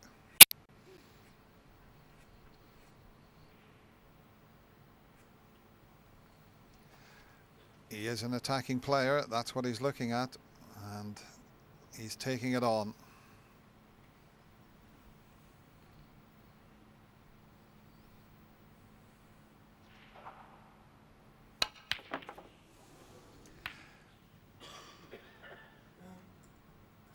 Has he got away with it? Has he got away with it? He hit that much harder, I think, than he intended. He has covered everything. Even the yellow's blocking the path for the one up the other end of the table. What a result he's had there. Everything covering each other.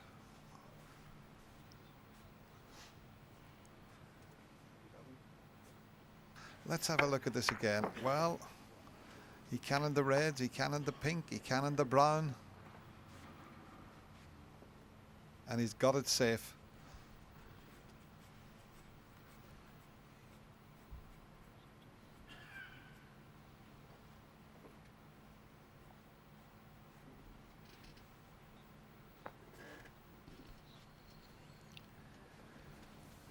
He thought he was going to leave a lot there when he missed the pot.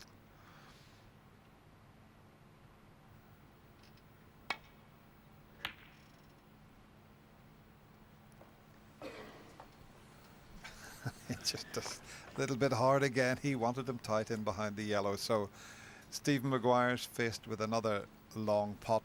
This time, not quite as much pressure. If the angle's there, he can play to get onto the black.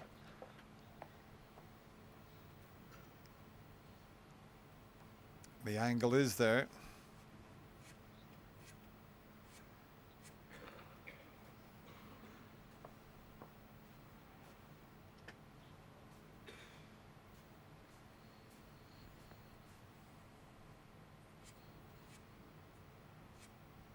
If he knocks this red in and doesn't drop nicely on the black, the brown is over the middle pocket for him.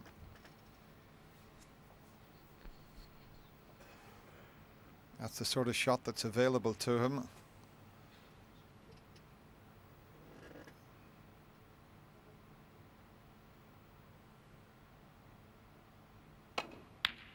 No. And this time he's left.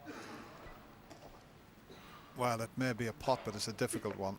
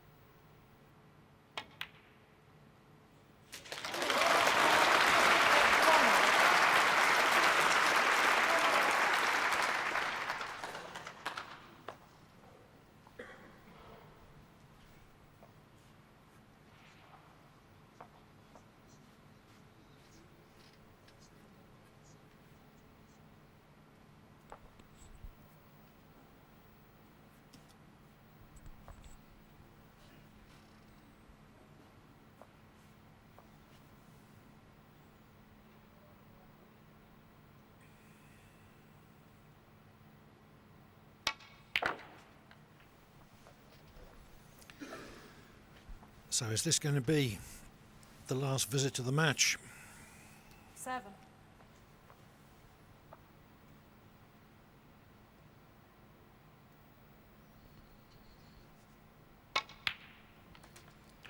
8. It will be another remarkable victory to come back against the legend Stephen Hendry and win the last 3 frames, and then to do it again against the in-form player Stephen Maguire. Wow, what a feat it would be. But it's not all over yet, Stephen. There's quite a few balls to be potted. Well, Maguire thought he'd lost when Ronnie O'Sullivan was clearing up in the deciding 11th frame in the opening round, but O'Sullivan missed the blue and Maguire was able to get home on the pink.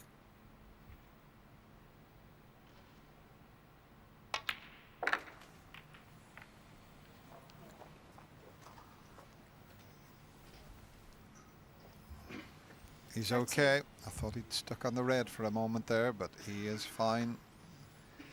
It's certainly looking odds on now.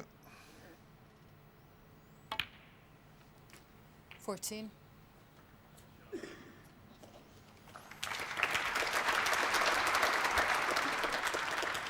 Selby is bound to be feeling rising excitement, but he's got to keep it under control.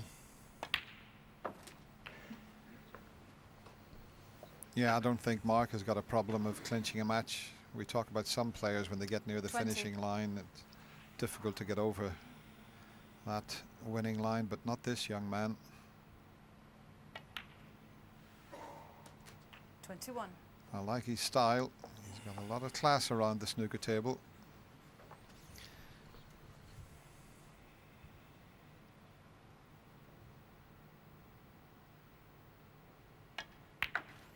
He's got grit, he's got nerve, and he's got bottle. And very shortly he'll have a few more quid in his pocket 25. as well, Clive, because you can't see him slipping up here. Stephen Maguire at 4-2 in front on a 59 break. He was one pot away from going 5-2 in front.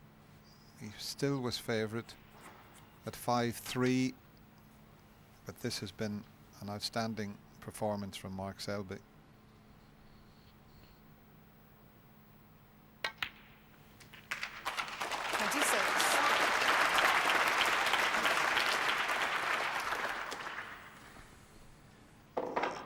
If he takes the easy blue, he will be 68 in front with 67 on the table.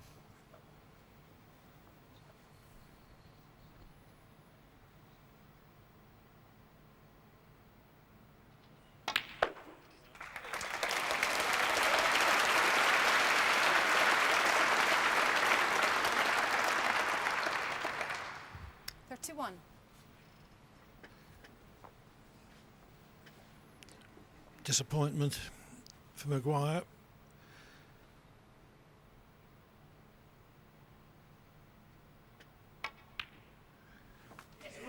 He has played well enough to win most matches, but he hasn't won this one.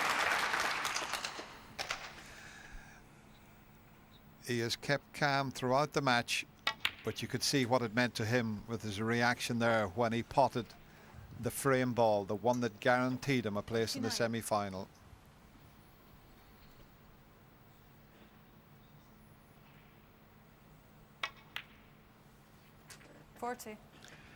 Selby was 5-3 down, but Maguire has scored only 19 points in these last 3 frames.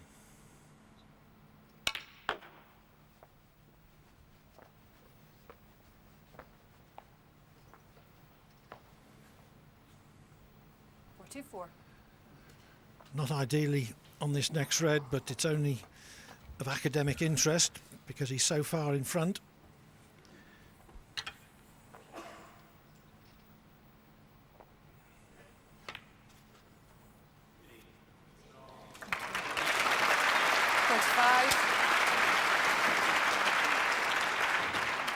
Great match this.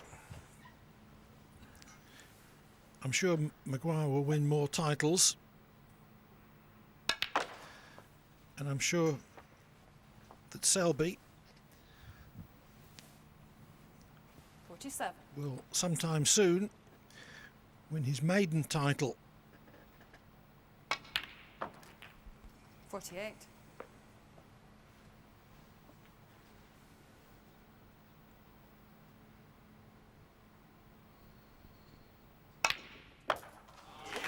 Selby trailed 3-1, 4-2 and 5-3.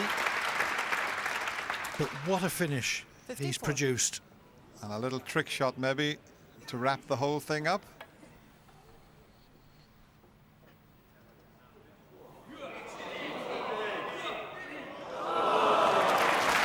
Mark Selby has played a superb deciding frame. He made breaks of 37 and 54. He kept Stephen Maguire scoreless in the decider, and he has gone through to the semi-finals, the winner of this marvellous match by 6 frames to 5.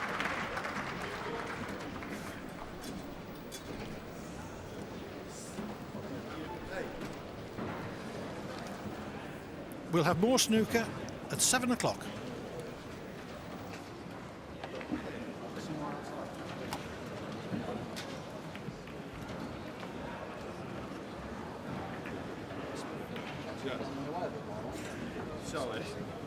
Well done, Mark. Nice mark for the winner, Mark. Right, Mark.